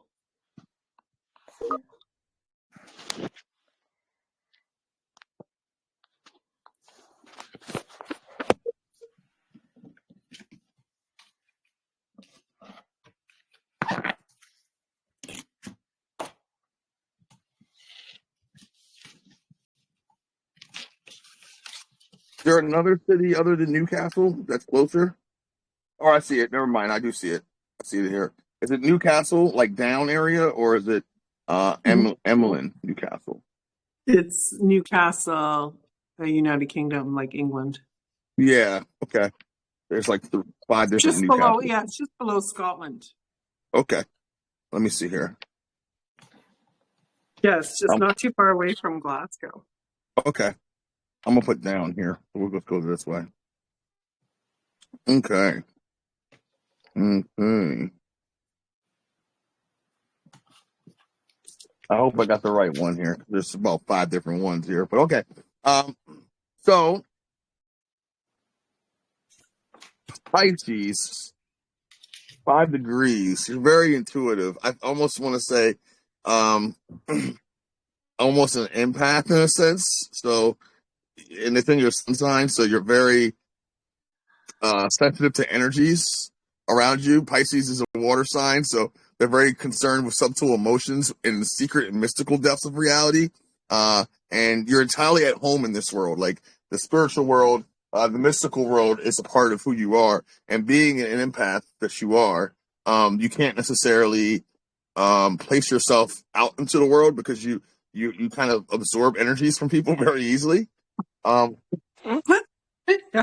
that's true. Yeah. Yeah. So you're very sensitive to that. And but you're very artistic. I think you have like it's a way to express your feelings in creative and inventive ways that other people can't they can't do. And you're very strong when necessary. And even when you have at times making hard decisions with things. Now I think your second house. Now, second house is all about concentrating your vitality force, your energy to obtain sustenance and possess resources. So resources are security for you, and you have like a strong urge to identify those resources that create safety and comfort for you, and that's closest to you. So I feel like once you possess something, it takes on a special significance in your life. Like you tend to hold on to what you value or whatever you have, whether it be aesthetic pleasure, monetary wealth, but you also have this love of beauty and the symbols of beauty that you can see the beauty in things very easily for you. And I think you kind of discover your own sense of self-worth through the things that you have. So it's like it's important that you learn how to share your sense of values and valuables with others because you can serve as an example for them in choosing how you demonstrate how these resources, how to be resourceful and appreciative of what you have with others, and you can teach them how to do that as well. Just because you kind of have an eye for things that people normally don't see. Like you just have this gift on seeing things and making it amazing. Like it's like interesting how you can perceive things. Now you have this moon in Aries, fire moon in Aries, and Aries moons, they're really ardent in nature. They love nature, but their inclinations are very impatient and impulsive and kind of independent. So they have high energy levels, and they tend to have a really strong competitive streak within them, which together they kind of have like always have this attack first type of attitude that kind of hides their insecurities and things. So they're always kind of like, you know what I mean? They have like they're really high tempered. So they do have a temper problem a lot of the time, you know? So you may have to guard against having a quick temper, but you also have the guard against the tendency towards too hasty reactions to situations rather than a more careful, reasoned approach to things. And because it's in your third house and it's in 16 degrees, I think you're hyper aware of this. You're almost to a point where because it's in your third house, and the third house is all about intellect and thinking. So you're able to kind of think things through very fast, very precise. Your mind's always looking for new information of ideas, and it's linked to your mood and your mental prowess. So if your mind is chaotic, then your mood's chaotic. It's like a direct reflection. So you may get anxiety by questioning things around you and not getting the answers. So that's why you have to research to get the answers, and it ails your anxiety. So that's part of like how you kind of help yourself is by finding these answers out. Because each answer you find can be a source of another question for your mind to ponder. So it's like you're always opening up one door and you find an answer and there's another 3 doors there. So I think you're likely to be kind of distracted from being able to focus and concentrate because there's so much information it can overload you. So sometimes you have to kind of retreat and kind of like take a break. But I think you also need constant mental activity that can also make you a little nervous. But you don't like routine. Short journeys and personal studies are beneficial to you, like short little vacations where you can kind of learn things and experience and still kind of like relax. I think it would be very good for you. Yeah. Not anything that's so long and drawn out. It has to be something where it's like it mentally stimulating. Because you need a variety of stimulation in your mental environment in order for you to feel comfortable and satisfied. If it's not mentally stimulating, you're kind of like, this isn't enough for me. So, No, that's totally true. Like my okay. friends always say, how come, you've got three balls up in the air going all the time, right? And then it's like I just need to step back and then get in my spiritual realm. Yeah.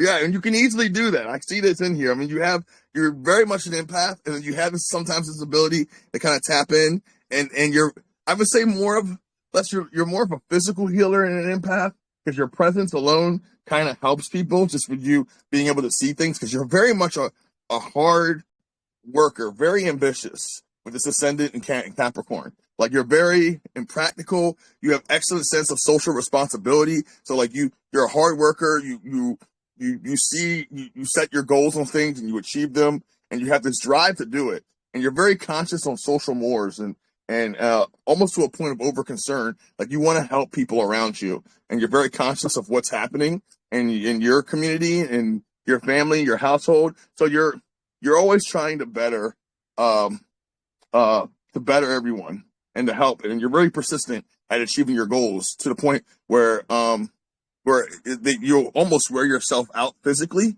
because you are so persistent at achieving your goals. So that's the thing about Cap risings Capricorn represents the accomplishments, right, of the material world, like prestige, honor, public success, and that could be the driving force behind your ambition. Or it could be also insecurities and low self-esteem driving this force. But whatever it is, things aren't easy for people who have this ascendant, because they're constantly judging. They're constantly putting themselves under pressure to perform, and they kind of make themselves feel responsible for those around them that don't perform up to those standards. So don't put the pressure on yourself, and just because everybody else isn't performing at the standard that you're performing in, because this placement makes you care about everyone in that regard.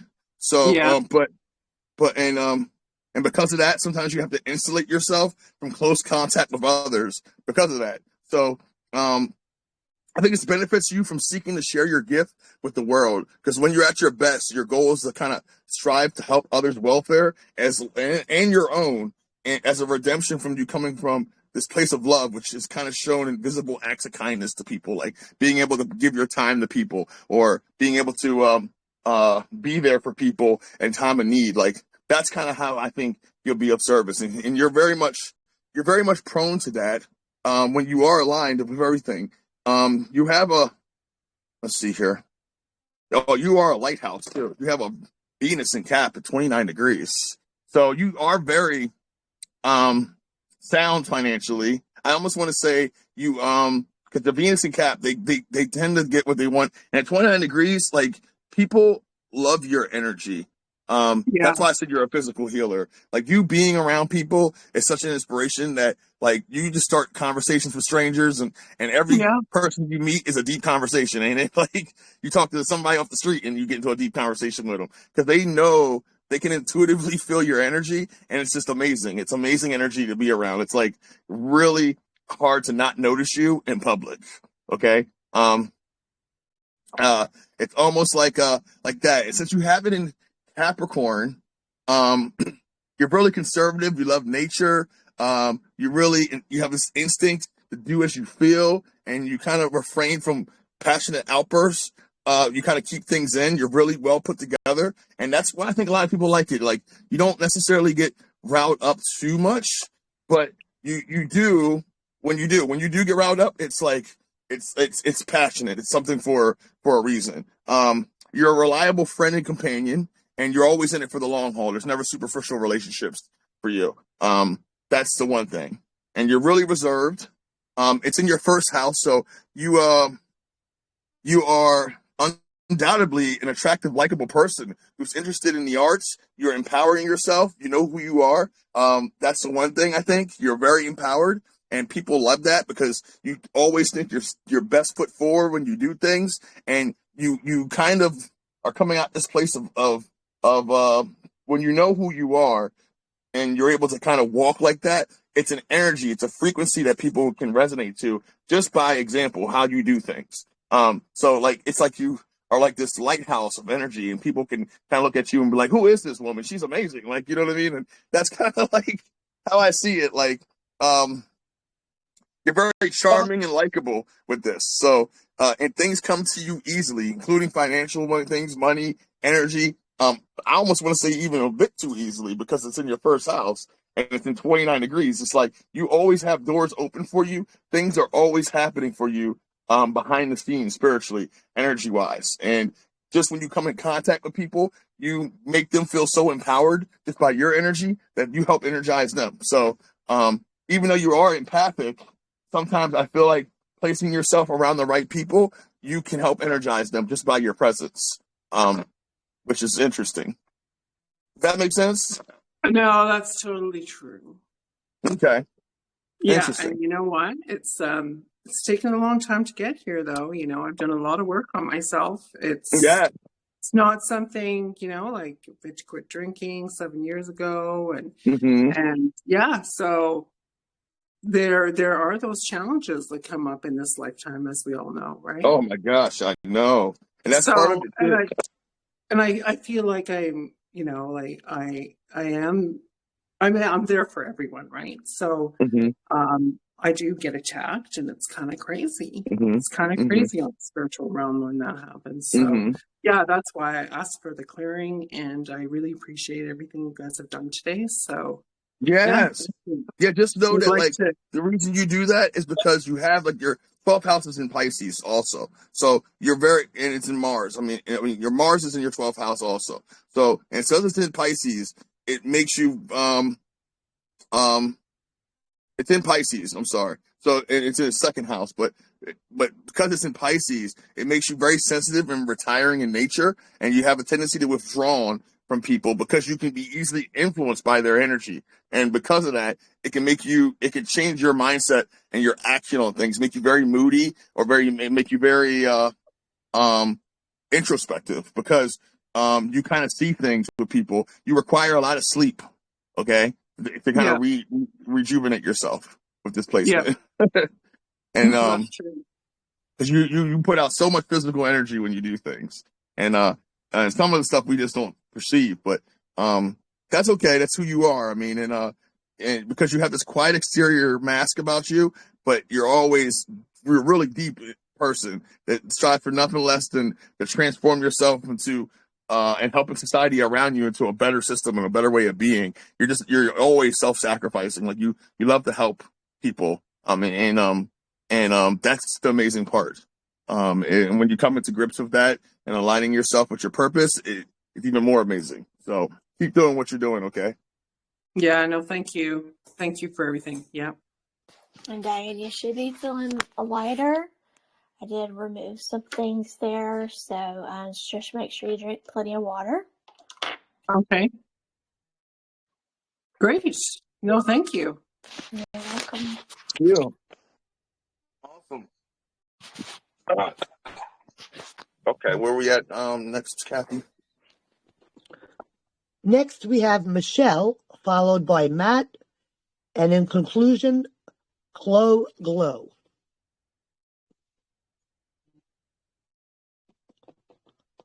Go ahead, Michelle. Hello. Can you hear me, Brad? Yep, I can hear you. Oh my goodness. I'm so happy to have been divinely guided. There are no coincidences. I was the 22nd person in this chat, and 22 is kind of significant in my life. And we have a kind of a history talking back and forth. So I know about your brother and you know about my son, Mm-hmm. Gabe. Mm-hmm. And so I've always wanted a reading from you, but then I was always kind of wondering about the 13 moon or 13 month The 13-month calendar. calendar. Mm-hmm. Yeah. And so my entire life I've thought I was a Virgo, and I'm thinking, well, really, am I a Leo? And then this day, today, I've been researching my blood type. B negative Mm-hmm. is what I thought I was, like the 1%. Mm-hmm. Although I just found out today that I am A negative. And so, Interesting. yeah, so all of this research that I have done, like I was thinking I was from Ursa Minor, and I really was digging into this RH negative thing, but I'm actually A negative, and my girls are A negative, and that's how I figured it out from their little footprint thing. I was at the socials. I'm telling you, I was divinely guided here. Okay, and now I have. This is so weird because I have my certificate of live birth right here, What? and yes, and okay, now I told my son's name was Gage. Yes, I remember And that. Uncle yes, Gabe. and he fell on that celestial night when Jupiter, or was it Venus, passed through the womb of Yes, that was on the Virgo. 20. Wasn't it a couple years ago, right? Well, it was 7 years ago on the Yeah. 23rd. Okay. Like the seven sisters were all in alignment. Mm-hmm. I The remember that. crown. Yes, it was like the sign in the heavens. Okay, well, can I tell you something? This is almost spooky weird. Okay, I just had like a regular birth certificate, but I found this certificate of live birth in my mother's stuff. And it says the person that signed this, the Register of Deeds, his name is Esther Gage. My birth date is September 8th, but this was, let's see here, it says date received of local recipient, September 23rd. Hmm. And the name of the person is named Esther Gage. Gabe. Yeah, that's your son talking to you. Gage. Wow. Can you believe that? That's a synchronicity, I guess, right there. I mean, what are the odds of that? I mean, honestly, it blew my mind. So That's I'm awesome. just like so interested in what you might have to disclose to me. And I'm just so blessed to be here. And you are my brother. We are all brothers and sisters. And I noticed Matt is up next, and he's part of our tribe over there at the Sovereign Redneck Renegade. And Yeah. I love that Sarge man. I was love just, Blood Brother. yeah, He's me awesome. too. I am beyond blessed. Like you have to go through the dark night of the soul sometimes to be enlightened to truth. I would have never known, and so I've been just on a quest for knowledge, and Sarge has really like helped me, all of you. It's just like we're all family and we're all coming together full circle. It's so damn beautiful. And I just love you. Aw. I love you too. Thank you, Michelle. What year were you You're born? welcome. And what year were you born, and what time and location, so I can look up your alignment for you? Okay, year is 1974. Uh-huh. Time is 3:57 p.m. Uh-huh. in Janesville, Wisconsin. Janesville with a J? Or is it Yep, with a G? Janesville. Okay. Awesome. Okay, cool. 1 second, I'm gonna look this up here. Yeah, Okay, I'm Michelle, so happy. there's no coincidences, right? My ex was born September the 8th, and his name is Matt. Oh my. See, this is almost, it's not spooky, it's beautiful. It Yeah. really is. And I fully believe that the divine feminine is returning, and we are returning to our crystalline 777 original divine blueprint. And Mm-hmm. I'm just, like I said, we're all connected, and it's no coincidences. None of these are coincidences. And I'm just really blessed to be on this call with you guys right now today. Well, Michelle, would you like a tarot card reading, an oracle Yeah, card, or Reiki healing? a tarot card. Okay. Anything particular that you would like to look into? Like an oracle, a future. Okay. So you want oracle or tarot? I'm sorry. Oh, well, is that the oracle is the future, huh? Okay. Well, yes. Yeah. I do want a tarot, Tarot. but Okay. I guess I will just leave it up to whatever the universe provides. Okay. I'll do a tarot. Okay. Thank you. Thank you.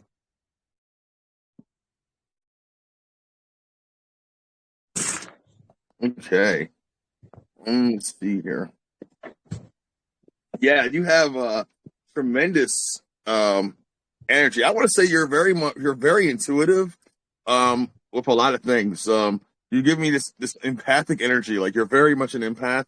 I'm very intuitive with yourself, with your communication, and your sun signs in 15 degrees, so you're somewhat psychic yourself. I almost want to say you have a really strong mind. You have really great discernment skills of logic and reason. You have great attention to detail with things, and you have like these flashes of where you can perceive things spiritually.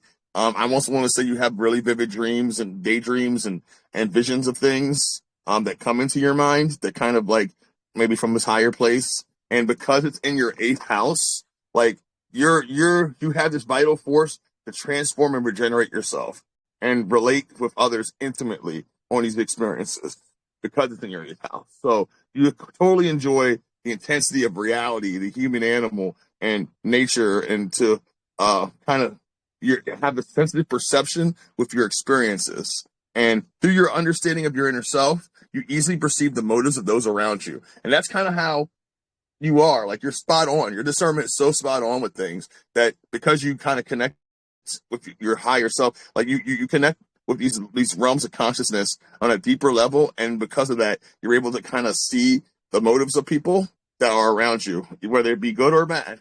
I think you kind of penetrate every variation of deep emotion in order to kind of confront your own nature with things. And that's part of how you are discovering yourself. Because through this merging of these other depths of human experiences, you kind of investigate your own emotional desires. And that's how you find yourself from all these experiences that you are kind of dipping deep into and learning and putting yourself, because you're really wanting to learn about life or death, esoteric knowledge, what is frequency, vibration, and everything. You kind of want to experience life to the extreme, and then you have these experiences and you're able to kind of connect the dots for a lot of people. And that's partially why I think you're here, because you're here to kind of metamorphose, like change yourself in order to experience and manifest these cycles into a new form of being from your inner world. And I think you benefit when you experiment and confront your fears and insecurities in healthy ways, and put yourself around people who support your need to grow intensely. So that way, your boundary and securities that you need can expand even more. Because when you put yourself around people of like mind, it can help in discovery of things that you're searching, because you're going so deep for this information.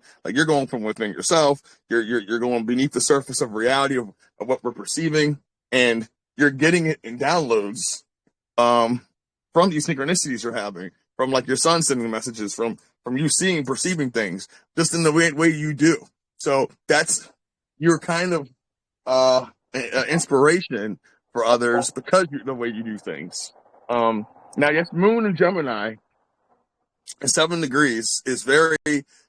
I have a Gemini Moon too. So Gemini Moons, we like to talk. Okay, we're very active mentally, and we have a tendency to be kind of nervous and high strung. Our brains are running at like 100 miles an hour all the time. So it's hard to keep us kind of like every time. It's really hard for us to get sleep, but it's hard for us to keep our minds not from being active And I almost want to think that you gotta be the moon represents the childhood experiences, and perhaps there be two sides of your early life for you, and but for you it's like you're very you can be critical of yourself at times, or hard on yourself at times, or others, because you perceive things so intuitively with this placement. Like people, it's hard.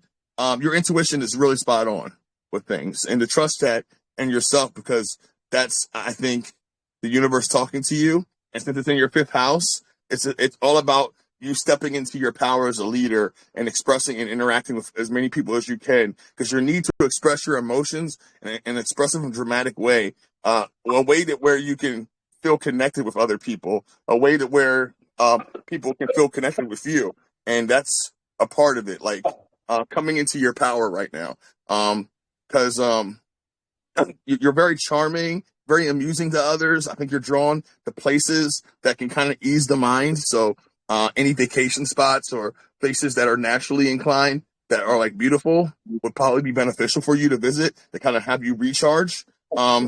But yeah, other than that, you have a need to be surrounded by people who enjoy being your audience and who value your playful performances of how you express yourself and the way you see the world. And I think you're at your best when you can drop your concern for others' opinions and relax and just be yourself and just speak your truth. Because then when you're able to do that, people are really able to resonate on what you have to say, because you have a unique perspective of how you view things. And because of this placement, you're very, very attuned to that. Especially in your rising being in Capricorn, you have this drive too. You have two earth signs. You're a bit of a manifester, and the fact that you set goals for yourself, you achieve them very easily, and you're very ambitious, very practical. You're very conscious of your reality, of the downtrodden, of social mores. I feel like you have persistence and the ability to achieve your goals pretty easily, but it does wear you down over time. So you have to take a break and relax and kind of recharge yourself. But because of this, life probably hasn't been easy for you because of this placement, because you put a lot of pressure on yourself, especially because you have that Virgo sun. The Virgos put a lot of pressure on themselves already when they do things, because they just set the bar high. It's like a standard they set for themselves on things. And then you have this Cap rising that wants to put a standard on everything they do too. So you put a high standard on what you do, and you put a lot of pressure on yourself to perform. And when you don't perform to that standard, don't beat yourself up about it, because not everybody gets to your high standard, even though you knock it out the park each time. And you're very, I would say, a physical healer in that regard. I almost want to say you can do Reiki yourself. You're that intuitive. Or some kind of healing professions with your hands or just your energy. Because you are a physical healer, like in that regard. You have your moon and your risings both in that early range where you're able to read people and kind of move energy around. So maybe being a Reiki healer might be up your alley in the future. I don't know, but you're kind of an energy mover. You can do that, and you have this ability to do that. Now your Mercury's in your ninth house, and it's in Libra. So because it's in Libra, ninth house and 4 degrees, you're very intuitive of speaking to people. I think you're very fair, balanced. You see both sides of the issues with things. This is the makings of a good teacher. Like, you're a natural teacher with this. And because you're a perfectionist in how you do things, that's the makings of a good teacher, because you don't stop until it's right, until you know it's right. And because it's in the ninth house, you have a strong connection between your inner awareness and expanding your perspectives, higher learning, philosophy, religion, metaphysics, esoteric knowledge. Like, you're just soaking this all up. It's meant for you to kind of divulge in. And I think anything with higher consciousness and higher learning is like right in your alley, because that's where we'll find you. You're very much into that. And you have a wide range of studies, and you're really widely traveled and widely have a wide amount of research and knowledge, that you're naturally inclined to teach what you perceive and discover, because of how you learn. So because you discover so much, this makes you a natural teacher. And that's why I say that maybe being a teacher and down the road, just teaching people certain things, maybe esoteric knowledge, philanthropic knowledge, whatever that may be, might be in your alley. But I really see that just as because you have this ability to visualize grand possibilities and perceptions and the ability to see the detail and larger issues at the same time with this placement. Like you can see both the details and the bigger picture. And that's something special because a lot of people miss the details and they just see the bigger picture, or they see the details and they miss the bigger picture. But you can kind of see both. And because you're a consummate student and a teacher of life, you're going to be at your best when you can exchange ideas with others that are constantly expanding their perceptions. The people that are coming into their awakening right now, the fact that you are so well versed with this knowledge and you're so intuitive with people that this is right up your alley to be this teacher, because your Venus is in Virgo at 0 degrees as well. So you're very intuitive with people. I almost want to say you can, it's hard for people to fool you on who they want to be, because you can see them who they are very easily, almost like you can see their auras.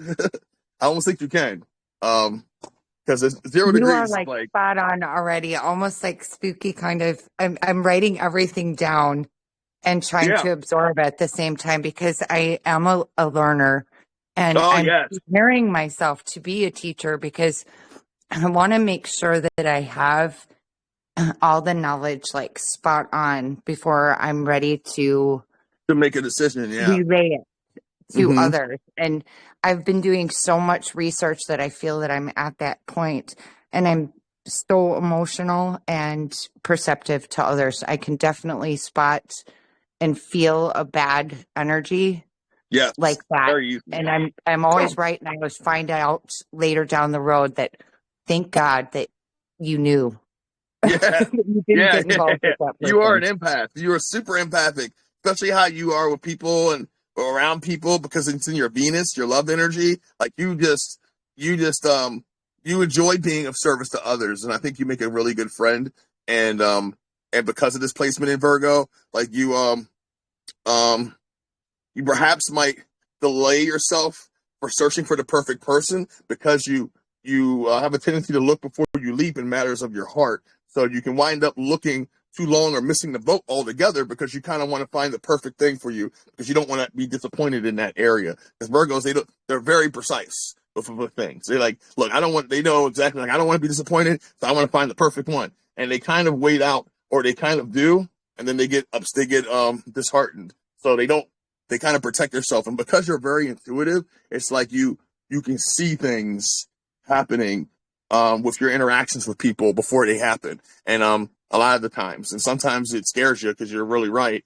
And that's why I see the return of the divine feminine and the dawning of the new age and peace and love, and I feel that that's coming, and God wins in the end. So none of this worries me at all. I'm not worried in the slightest, because I see that higher timeline. I feel it. I know it's coming.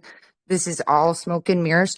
And the other people that you read, Jennifer and Juliet, I almost felt like you were describing myself there as well. Yeah, you guys are in the same soul family. I could feel that.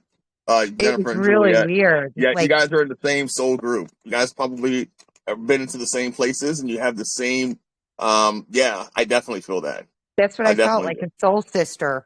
Yeah. I was like, wow, I felt like I was like listening to a reading about myself, but as well, you like elaborated on even more. So thank you so much. Thank you.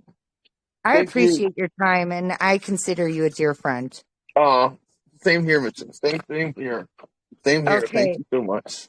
Yeah, God bless you and all of you on here. I just, I'm excited about our future together. And someday I hope that I'm on that trip, like you said, to take a trip but I'm hoping to get on that, the Icon ship, the intergalactic ship. I want to join that party. We want to make sure you get on that ship. You want to be there with us. I want to get on that ship. Okay.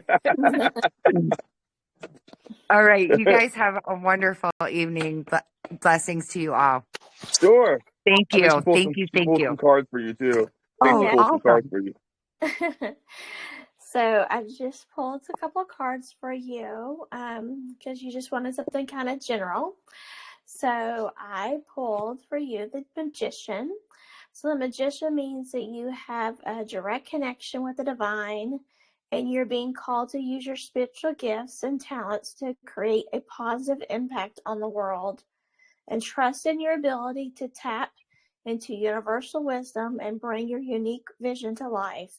The Magician is a reminder that you have everything that you need within yourself to manifest your dreams, and that your thoughts and intentions are powerful. The universe is encouraging you to align your energy with your desires and take action towards their realization. Now, you also got the Ten of Wands. Now, the Ten of Wands may be reminding you that you need to keep balance and delegate some tasks. It is essential to maintain a healthy equilibrium in your journey, ensuring that you do not burn out or lose sight of your own well-being. So seek guidance from trusted mentors or friends and prioritize self-care to ensure you can continue to grow and thrive. And then you also receive the Ace of Pentacles. And that means that you're being encouraged to embrace the abundance and potential for growth in your spiritual and material life.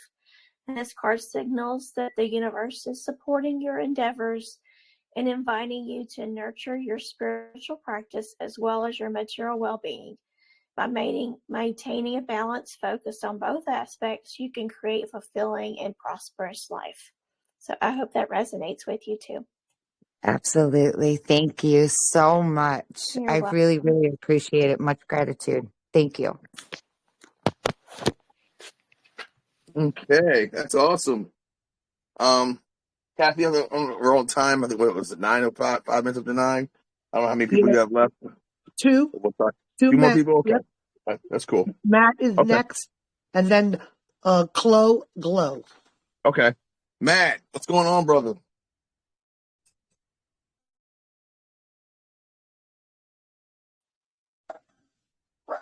Press your button, Matt. Can you hear me? Yeah, I can hear you, man. What's going on? How are you? I'm doing well. Thank you very much. Um, this is, I'm learning new about all this, so please forgive me. My name is Matthew Joseph Putsky. I was born May 4th, 1975 in Newton, New Jersey at 9:19 a.m. Okay. All right. I'm gonna look your alignments up, Matt, real quick. And give me 1 second here. Yeah, no worries. Take your time. I Mhm. don't know anything about what you're going to discuss. So, Oh, okay. This is awesome. And I got well, that'll be awesome. Cool. Well, welcome. Now, Um, Matt, would you like to have a oracle card, a tarot card, or a Reiki healing? Well, I know about the Reiki. I don't know anything about tarot cards, readings, or any of that other stuff. okay. So I'm sorry. Please forgive me. I That's don't know oh, okay. any of it. That's okay. So I just, whatever you're feeling, how's that? Because Okay. that's how I work by feels. yeah, Okay. yeah, yeah. And Stacey's really good at just picking up stuff like that. She just has a knack for doing stuff. Fine. Thank you. She, Sorry, I yeah, no don't know problem. anything. Oh, you're fine, man. We all don't know anything. We're all learning something right here. Yes, we are. Yes, we are. And Oh it, it, man, it sweet. it's ironic because when I try to do it, for some reason, it's not registering, and I don't know why. Okay. Interesting. And I I'm just getting that you could use Reiki, so I'll send you some Reiki while he's doing your astrology reading. Okay. thank you.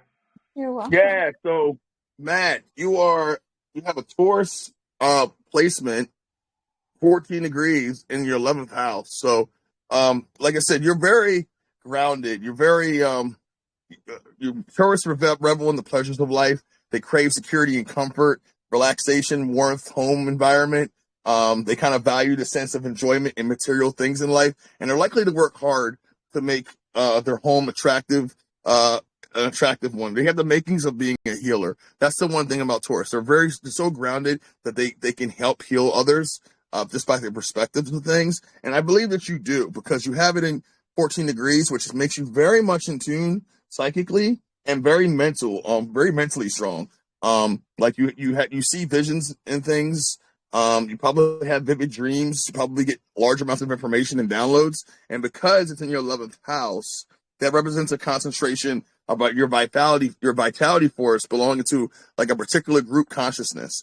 Because you integrate with the human family, like you enjoy being in memberships with groups and people of like mind, friends, and that's how you find your identity in that way. Like you find yourself through the people you associate with. So, especially in a higher mind, because I think you kind of drawn to the collective awareness, and it has a specific social, humanitarian, spiritual, kind of political purpose. And in whatever group or groups you choose to participate in, you easily align your ideals and sense of purpose with those in that collective. So it's all about group awareness for you right now that leads you to become focused on your own well-being and leadership within that group. And I feel like you probably were searching for a group and you found it, and like now you kind of like are finding who you are within yourself because of this, because it's perfect for you to kind of step outside of that and to find yourself through these interactions with people in the collective.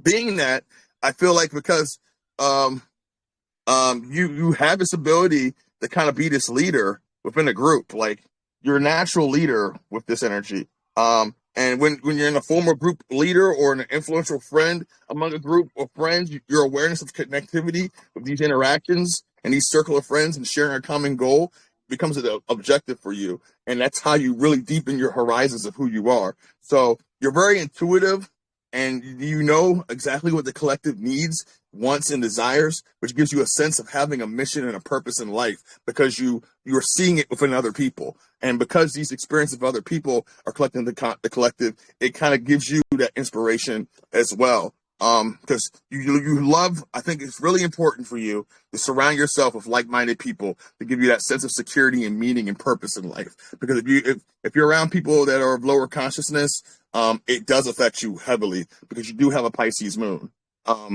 Pisces moon people, and it's 9 degrees. So you're very much of a physical healer. I wouldn't say empath, but you are very intuitive in the perception of people. But Pisces moon people are very sweet. They're very gentle natured. I think Sovereign Redneck has this placement, and they're very spiritual.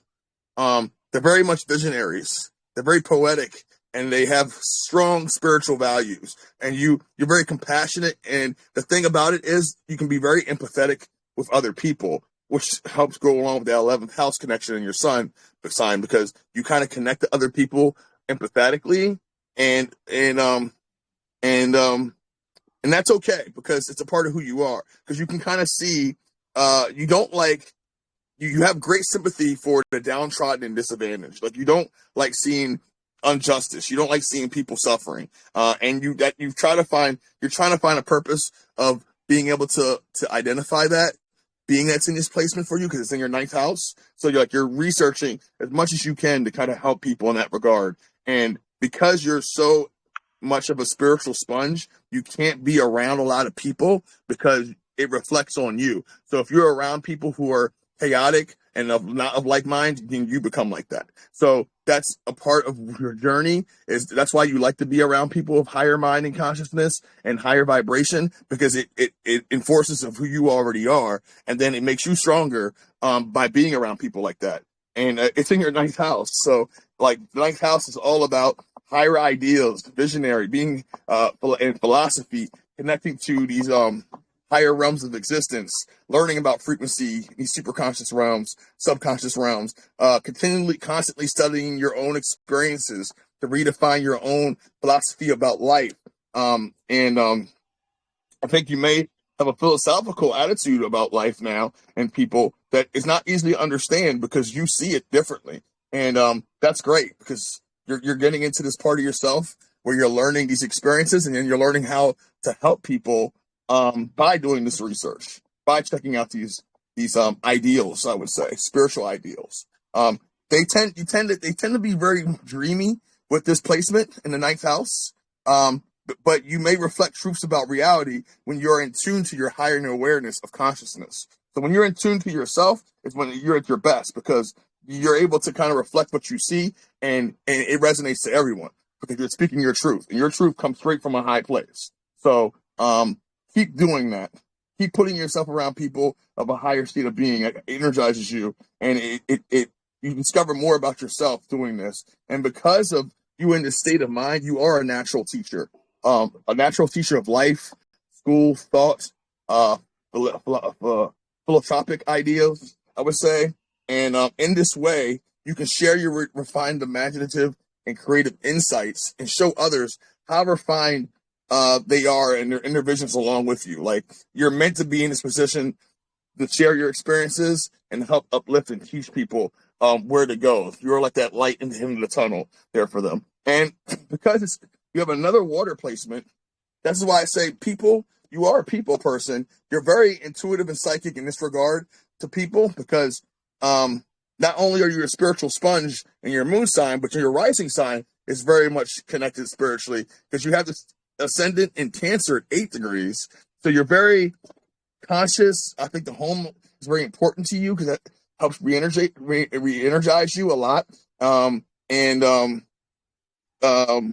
It shows you the way your personality is likely to be developed when you have this in your placement, and light flows easily with you and with people around you. So things just seem, whoever's around you reflects your mood.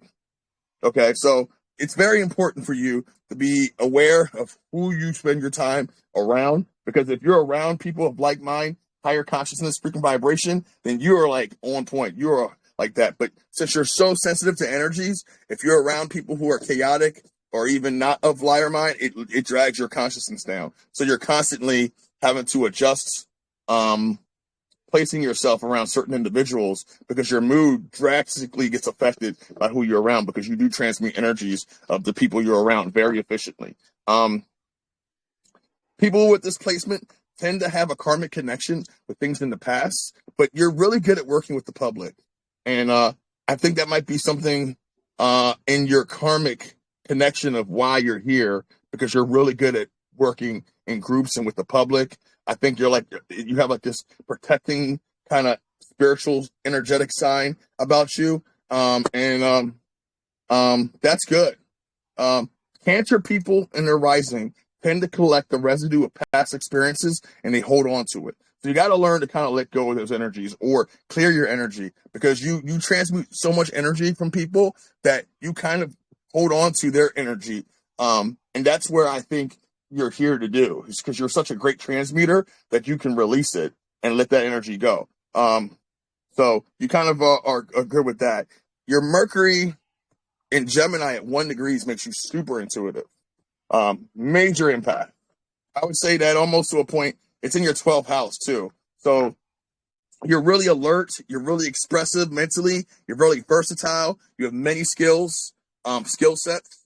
And I think you have a lot of variety in your life, and you're constantly perceiving the world around you. And because of this makes you have a lot of intellectual mental pursuits, being that it's in Gemini and it's in 1 degree. So you're very intuitive. Like, you can just kind of pick up when things are, and it's kind of like you see things for how they are very instantly. That's why I say you have the makings of being a good teacher and a good conversationalist, because you can kind of get along with many types of people. And because of this being in 1 degrees, you kind of get a little anxious from time to time, because you are picking up energies a lot that are other energies that you probably don't want to pick up.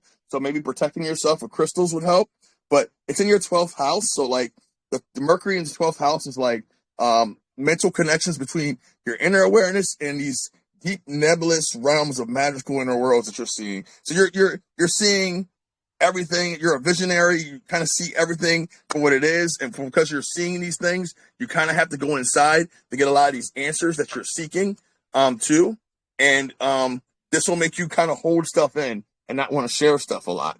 You kind of want to almost want to play the I don't know card, even though you do know, because of of what you can discover. But you're fascinated by the unknowable mysteries of the inner world, and because of this, that's how you understand who you are. Because when you go from within to find these answers of the things that are in the outer world that is unknown, and you discover it, you discover more about yourself. So mundane reality doesn't interest you. It has to be taboo, extreme. I would say mystical to get your attention. But when it does, that's how it is for you. And you kind of perceive things in a way that I guess people don't see because you're very intuitive on that skill set. And these new energies are a little intense, so they can kind of make you real anxious and not want to share things most of the time, being in the 12th house. I know this because I was experiencing that a few times in my days with this being the 12th house. Like, you have difficulty in communicating the results of your inner explorations with others because of what you discover, and you kind of have a hard time expressing it to people. However, once you sort it through your most awesome and perhaps even fearsome inner experiences, I think you're able to better connect with those who find those similar connections to the cosmos. Like, once you go through and go within and discover that the experiences that you're happening are also happening to others, you're going to be like a beacon for people, because you can really connect the dots for people and kind of bridge the gap for people once you kind of go within and get these answers, wherever it may be. But for right now, it's kind of keeping you, the 12th house, it keeps you really introspective and doesn't allow you to speak much. And it keeps it's almost like keeping secrets, but it's not keeping secrets. It's just that you don't like to express yourself a lot on what you feel or what you're perceiving, because you're perceiving a lot. Does that make sense? Wow. Uh, yeah, more than I Okay. think you understand. You just you wow. Thank you Yeah, very I much, my get you, friend. man. I get you. Holy You're a lighthouse, shit. though, brother. You're a lighthouse, brother. Like, Holy you are a shit. spiritual lighthouse. You're a Holy, spiritual lighthouse. People love your energy. You have this brother. attractive energy about you, and that's why I think you attract so many people in your life. Because Yeah. you Wow. Wow. May I say something to you? sure. Holy shit. This is you were spot on about everything. And I mean, I ponder, like, I take my mind, dude, and I just sit down and I figure shit out. I throw it out to the universe and send it with love and a kiss, but I intricately figure shit out, and I do it regularly. And I get down. I get these downloads, dude, and it's like it's geometric codes, and it's I don't tell anybody this stuff because who do I talk to? So thank you. Yeah, brother, you right on, man. You're good. I understand exactly where you're coming from. And it's hard to express yourself when you're seeing this stuff, and you're meant to see it, dude. You're meant to be in the position that you are because you're coming through an awakening for yourself. And once you are able to really home in on that, dude, it's gonna be like you already have it within you to attract these people to you. People love your energy, bro. Like, you have a Venus in 25 degrees Gemini, so you're very well liked. You have a very well of an aura about you that people just gravitate to. It's something unexplainable. I don't know what it is. It's something that's within you, but I like to call those people lighthouses because they kind of have this light that they can't be diminished, and people see their light a lot. And I see yours. So No. just keep shining your light, brother. Oh, dude, I'm ready. I'm ready to ride this friggin' wave. You know what I'm saying? Like, I see shit. You know. I'm sorry. Excuse my language. I apologize. But holy cow! I see shit. So it's amazing. It is absolutely amazing, and you just blew my mind. Hey, Well, Matt, thank Thank you. you. you're cracking Yeah. me Yeah, up, and I love it. I love what he's saying. Everyone that got a reading so far and will get one, it will be we are recording it, so you'll be able to listen to it. So don't yeah. I'm gonna worry, post you'll it be on the able to wall Okay. as soon as listen. we're done. Okay. Thank you. I apologize for taking so much time. Thank you, everybody, so Oh, very, you're very fine. much. You're Michelle, fine, thank brother. you. Yes, you're fine. You Thank you, sure? Matt. I appreciate you. Yeah, man. I'm gonna keep shining, brother, because I know in the end I'm doing good. I am. Yes, you are, brother. You are, and you're I on your know I path, am. man. So keep doing exactly what you're doing, man. know that you're here, and everything's by design, but everything's for a reason. It's not Yep. a coincidence. The universe doesn't Nope. do coincidences.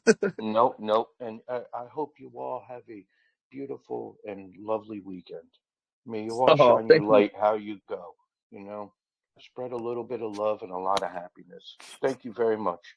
Thank you, Matt. Appreciate you. Did you do a reading on him, Stacy, or Reiki healing? I did a Reiki healing Oh, for him, Reiki? and you should be feeling much lighter. I did release some things that you Yes. had Yes. for you, so Yeah. make sure you drink plenty of water. I Ah, will. Thank you. Mm-hmm. nice. Love it. Okay. Whew. Okay, sir. And we have Yeah. our final of the night. Okay. Glow Glow. Glow. Okay. Hi. Hi, Hi. Glow. Can you hear me? Yeah, I can hear you. Okay, great. I was having a little bit of trouble just now, so I'm glad everything's good. I'm sorry, I didn't catch your name. My name is Dad Brad, or you can call me Deborah? Brad. Yeah, Brad. Dad Brad. Okay, Brett. Hmm. Brett, I just wanted to say thank you so much for everything this evening. I just really love your voice, and I think that's just we all resonate with people, that love listening to, if that makes sense what I'm trying to say. Anyways, I'm new to your channel and I'm learning a lot. I've been on my health and wellness journey for probably since I left 18. I look Okay. 25, Hmm. So I'm saying 25 years young with 35 years experience. Love my human nutrition, just love life. And like I said, I'm learning a lot of stuff. So I don't know too much about this Pleiadian and how do you find that out. I feel Okay. like I'm a light worker. Okay. So I'm just going to let you continue what you've doing your magic and Sure. love magic. Okay. So I'll let you speak. Thank you so much for Oh, your time. And I would prefer a Reiki healing. I've been healing my body for many, many years, doing things naturally. And I just got a few issues still to heal. And I just don't know why it's taking me so long. Yeah. I'm busy, Scotty. I told you I was going to be on the phone. What's your birthday, time you were born, and location? The 30th of December, 1963, Okay. 8:50 p.m. in Bogota, Colombia, South America. Thank you. Okay. All right. 1 second. Let me look this up real quick. I think so. I guess Stacey's gonna do a Reiki session for you. Yeah, I'll do that for her. Okay. Cool. 1 second here. What's your first name? I go by Claudia. Claudia. Okay, thank you. You're welcome. Mm-hmm. Oh, no, I can't turn the green button off. Someone's going to have to mute me because I can't seem to turn the green button off, guys. You're having problems. Sometimes that does that too, and it gets stuck for some reason. It gets stuck. Yeah. Sometimes it Telegram's been I got updating booted lately. out earlier. I just got booted out before, and now I can't close the mic. So if you don't mind, I'll leave it open. You said 8:50 p.m. correct? 8:50 p.m. That's correct. Okay. Okay. Cool. Awesome. So make sure I have the right time here. And, okay. Let me see. Awesome. Okay. So interesting. Let's see. It's different. Yeah, you definitely are, you definitely are a healer, an all-around healer. I would say light worker, yes. A lot of healers are light workers because they have the ability to chime in to everything spiritually, mentally, and physically. So you have a little bit of both. You're kind of intuitive. You have really strong mental prowess, and then you have the spiritual connection with source that's unique. And I'm looking at your other planets here.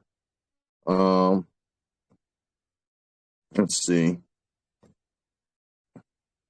Yeah. Okay. So the Capricorn in 8 degrees, right? You're very much of a physical healer. Like your presence, I think, can help people. I think the healing professions, stuff moving energy around, meditation, grid work, stuff like that will be up your alley. Because and it's in your fifth house. So the fifth house is all about expressing yourself in a magnetic way.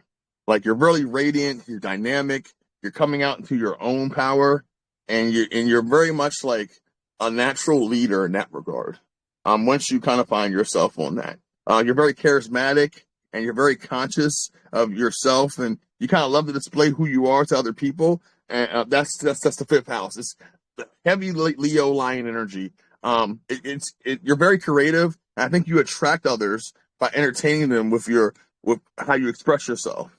So, because of that way, you're a natural actor, entertainer, I would say, and you view life as theater. Like you like to take center stage, and you kind of feel the need to feel free, to explore and engage in activities that give you the opportunity to discover all various kinds of creative emotional expression and responses. Your ability to show yourself stimulates those around you and experiments with experiencing life more dramatically and fully. So the more connections you have, the more healthy range of dynamic interactions is possible, the better for you. The more you can manifest around you, because that's how you kind of learn about yourself. It's through experiencing yourself that way and putting yourself around people that give you healthy responses. It makes you enjoy life better. Because you're like I would almost say a spiritual magnet in the sense that that's how you are in your personality, and you're very determined. You're very determined. I think you're very responsible. You have you have great accomplishments in the material realm, because a lot of Caps do. They have a lot of prestige and honor and success and public achievement, which is the driving force for their ambition. A lot of the driving force for their ambition does lie within insecurity issues, but they tend to, when you get older, you tend to rise above that, and it becomes a greater purpose for what your drive is. But I see that a lot with you. You're very much like coming into your own of being who you are and expressing yourself and being this dynamic leader. A leader to me is somebody who's creative in their own way too, that can lead people without having to conform. They kind of just go from what they feel, and it resonates to a lot of people. And that's kind of how I see it. Now you do have this part of yourself that's very psychic, very in tune, because you have this moon in Cancer. You have all this earth and you're very determined, and then you have this part of yourself which is like you're very sensitive and caring. I think you're very protective of yourself and others, and you're very sensitive to others that almost, I think, too psychic with others, like that you're around. Like you almost know exactly what they need at the right time. And you have this need to be a nurturer, like the all around mom of moms type deal. So I love it. yeah. And in this energy, what happens is when people have this placement, it generally, because they're so psychically in tuned, that you do, like, it can definitely affect your mood or your emotional well-being, and you tend to withdraw from things because you do get affected by energies very well. It's in your 11th house, your moon sign, which is your emotional side. So you seek comfort and security in friends and group associations right now. The 11th house is all about group associations. You're the dynamic in a group setting. Although I don't think you need to be the center of attention, you kind of like to be. You kind of find out more about yourself being around people of like mind right now. And that's where this is. So you may be detached in certain circumstances because you don't want to commit your allegiance to one group or another. So you prefer to have several types of acquaintances in various groups, and that's okay, being it's in your moon sign. So you might be a part of a bunch of different groups right now and might not know who you really are or what you're there or why you're there, but you're just attracted to the group. But in overall, I think you're a really good organizer because you intuitively know how people feel, and like that's part of your gift is. Like you can organize things in group settings, group events, whether it be a party, friends, social events. Like you're instantly on it. Like you're a good manager with that. And I think you have a tendency to overextend yourself, and you can become too divided and being involved in too many projects at once. So you got to have to guard against being too friendly or too naive and taking too much responsibility for all these groups that you're in or these associations with people, and kind of detach yourself a little bit, so that way you can focus on reliable friendships and learning discrimination when opening up to new activities in these associations, like learning to protect your energy and not put your energy around. I think you're coming into grips of knowing this because you're meeting all these, your circle of friends is expanded so much now. You're meeting all these different types of people, these different group associations, and you're coming into your own with this. So coming into spiritual wellness does open the door to a wide range of different experiences.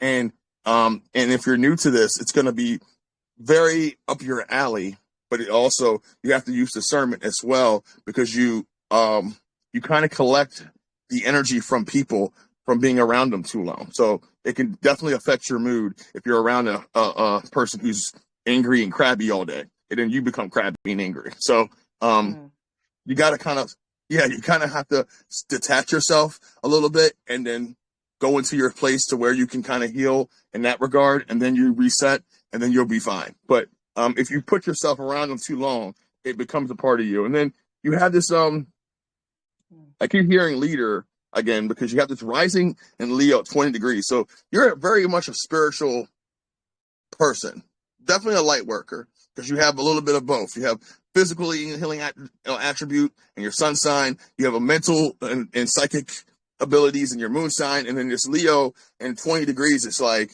very spiritual, very assertive. You're very, you have great energy, and you're very honest and self-confident. And you, like I said, you have this natural leadership abilities about you. And I think people might expect you to be wanting to be center of attention, and you often are, because your energy is just so off the charts. Like, people just notice you.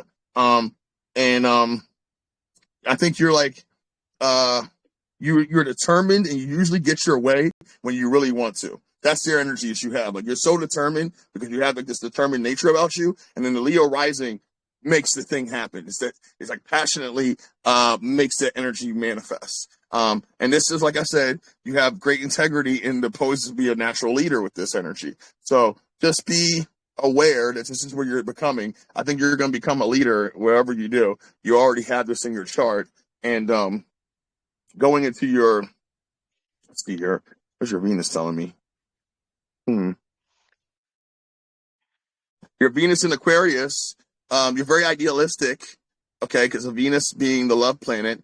You're very idealistic. I think you're a bit of a revolutionary in how you see things, and for the betterment of society. This makes you very much of a humanitarian, because you admire the symmetry of elegance and the appreciation of art and music and beauty and everything. So I think you function well in friendships and in groups. So this is perfect for you. Why the group, the group thing in your sun sign is matching up, because you function well with this in your Venus, and your Venus is how you love people and how you receive love. So your love is broader and more general, and I think you may be given or be guided to more spiritual and philanthropic activities rather than in close personal relationships. Like, if it's something where it's healing the collective spiritually or healing, helping people, that's where I think you're going to find you more or less than being in these close, intimate relationships with people. And you may go through many changes in your love life because of this, because you're very open to new influences that suddenly come up for you, being that Aquarius is in Venus. So just be aware of that, because Aquarius is a team to keep the things open for them at the end of the day. But since it's in your 6th house, I think you may feel somewhat restricted in the expression of your passion, and you have a tendency towards being a perfectionist and finding that perfect person or perfect mate rather than allowing yourself to be satisfied. On the other hand, you likely might blossom in the process of being of service to others and these group associations that you have right now. So you take the light from everyday things and you make them you make them a reality for yourself very easily. I think this can make you very artistic, and you probably are an artist. Yes. And you have a talent for designing things, and you find and you can kind of make beauty and design functionable. Like either like an interior designer or maybe a painter or something, sculptor, but you're like a natural artist. Maybe that's what you. I don't know why I keep hearing that artist, but yeah, I see you are, and you have this inherent love of health and perfection of the physical body. That's all about the sixth house. It's like they're really close on their health. They're working out, keeping their body in shape, but then they also love the artistic side of the things in life. And a lot of them tend to be artists that have it in their sixth house. So I think you're very well aware the road to your higher purpose starts from with the simple steps of the ordinary joys of daily life. And then once you master those things, of doing things you regularly do with passion, then you excel and move on to the next step. And I think that's what you're discovering. So keep doing what you're doing. Just notice you're here. Your consciousness is expanded because your Jupiter is in Mars and it's in 19 degrees. So you're very much getting information everywhere that you need to get it from, and you make things make sense. You're very conservative with how you do things. You're very responsible. I think you'll achieve much in life thinking this way, and you are naturally a good follower as well as a good leader. So you're a good leader naturally, and then you're a good follower as well. So you kind of have a mixture of both. You're very humble and very responsible with this placement. Yeah, and with the Mars too, that Mars and Cap also makes you very responsible. Tunnel vision, I would say. That drive of getting things done and manifesting the things you want in your life comes very easily for you. And you work all the time. You're always working. I almost want to say you're working now, but I am. I'm working on a project. You are so right. As I've been listening, I've been writing.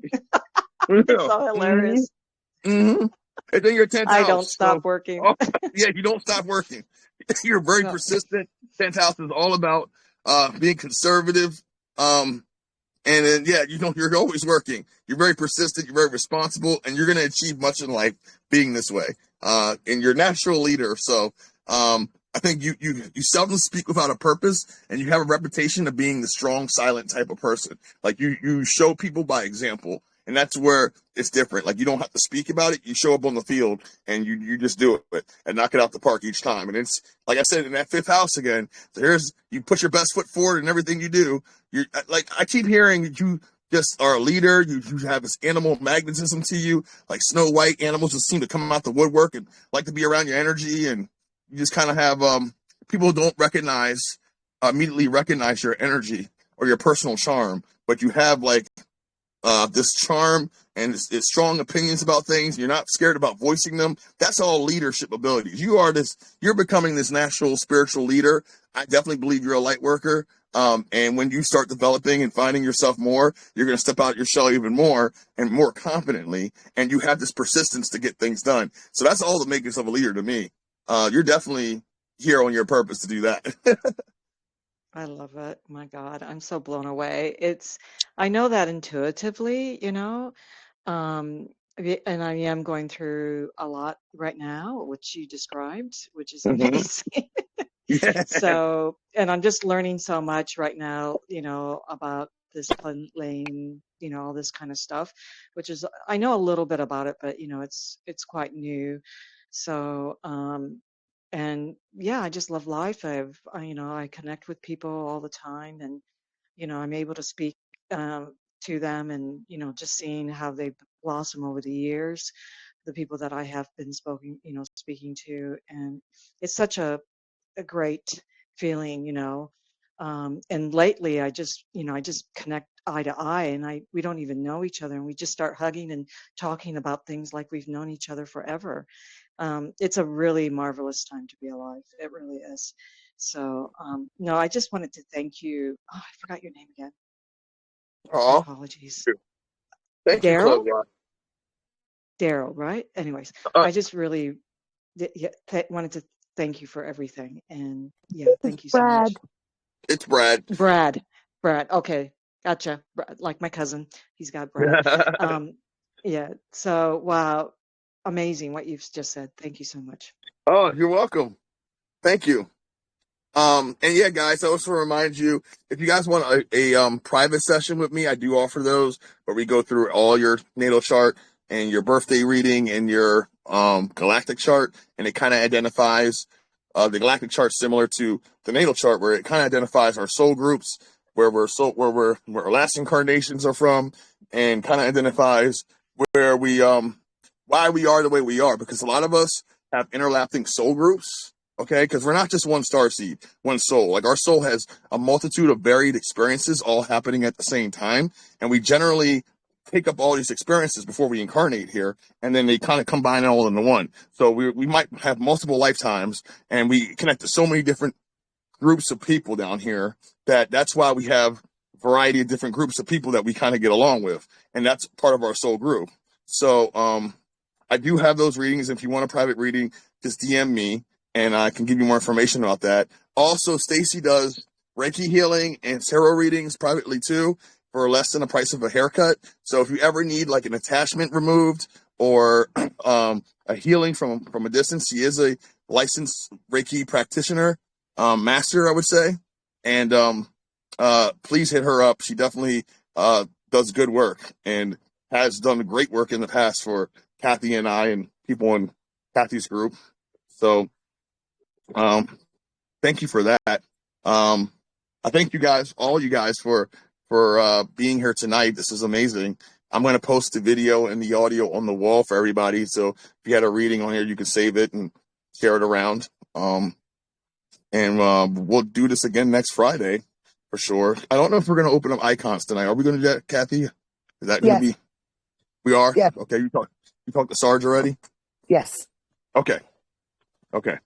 And Claudia, I was able to release a few things, so you should feel lighter. And so make sure you drink plenty of water.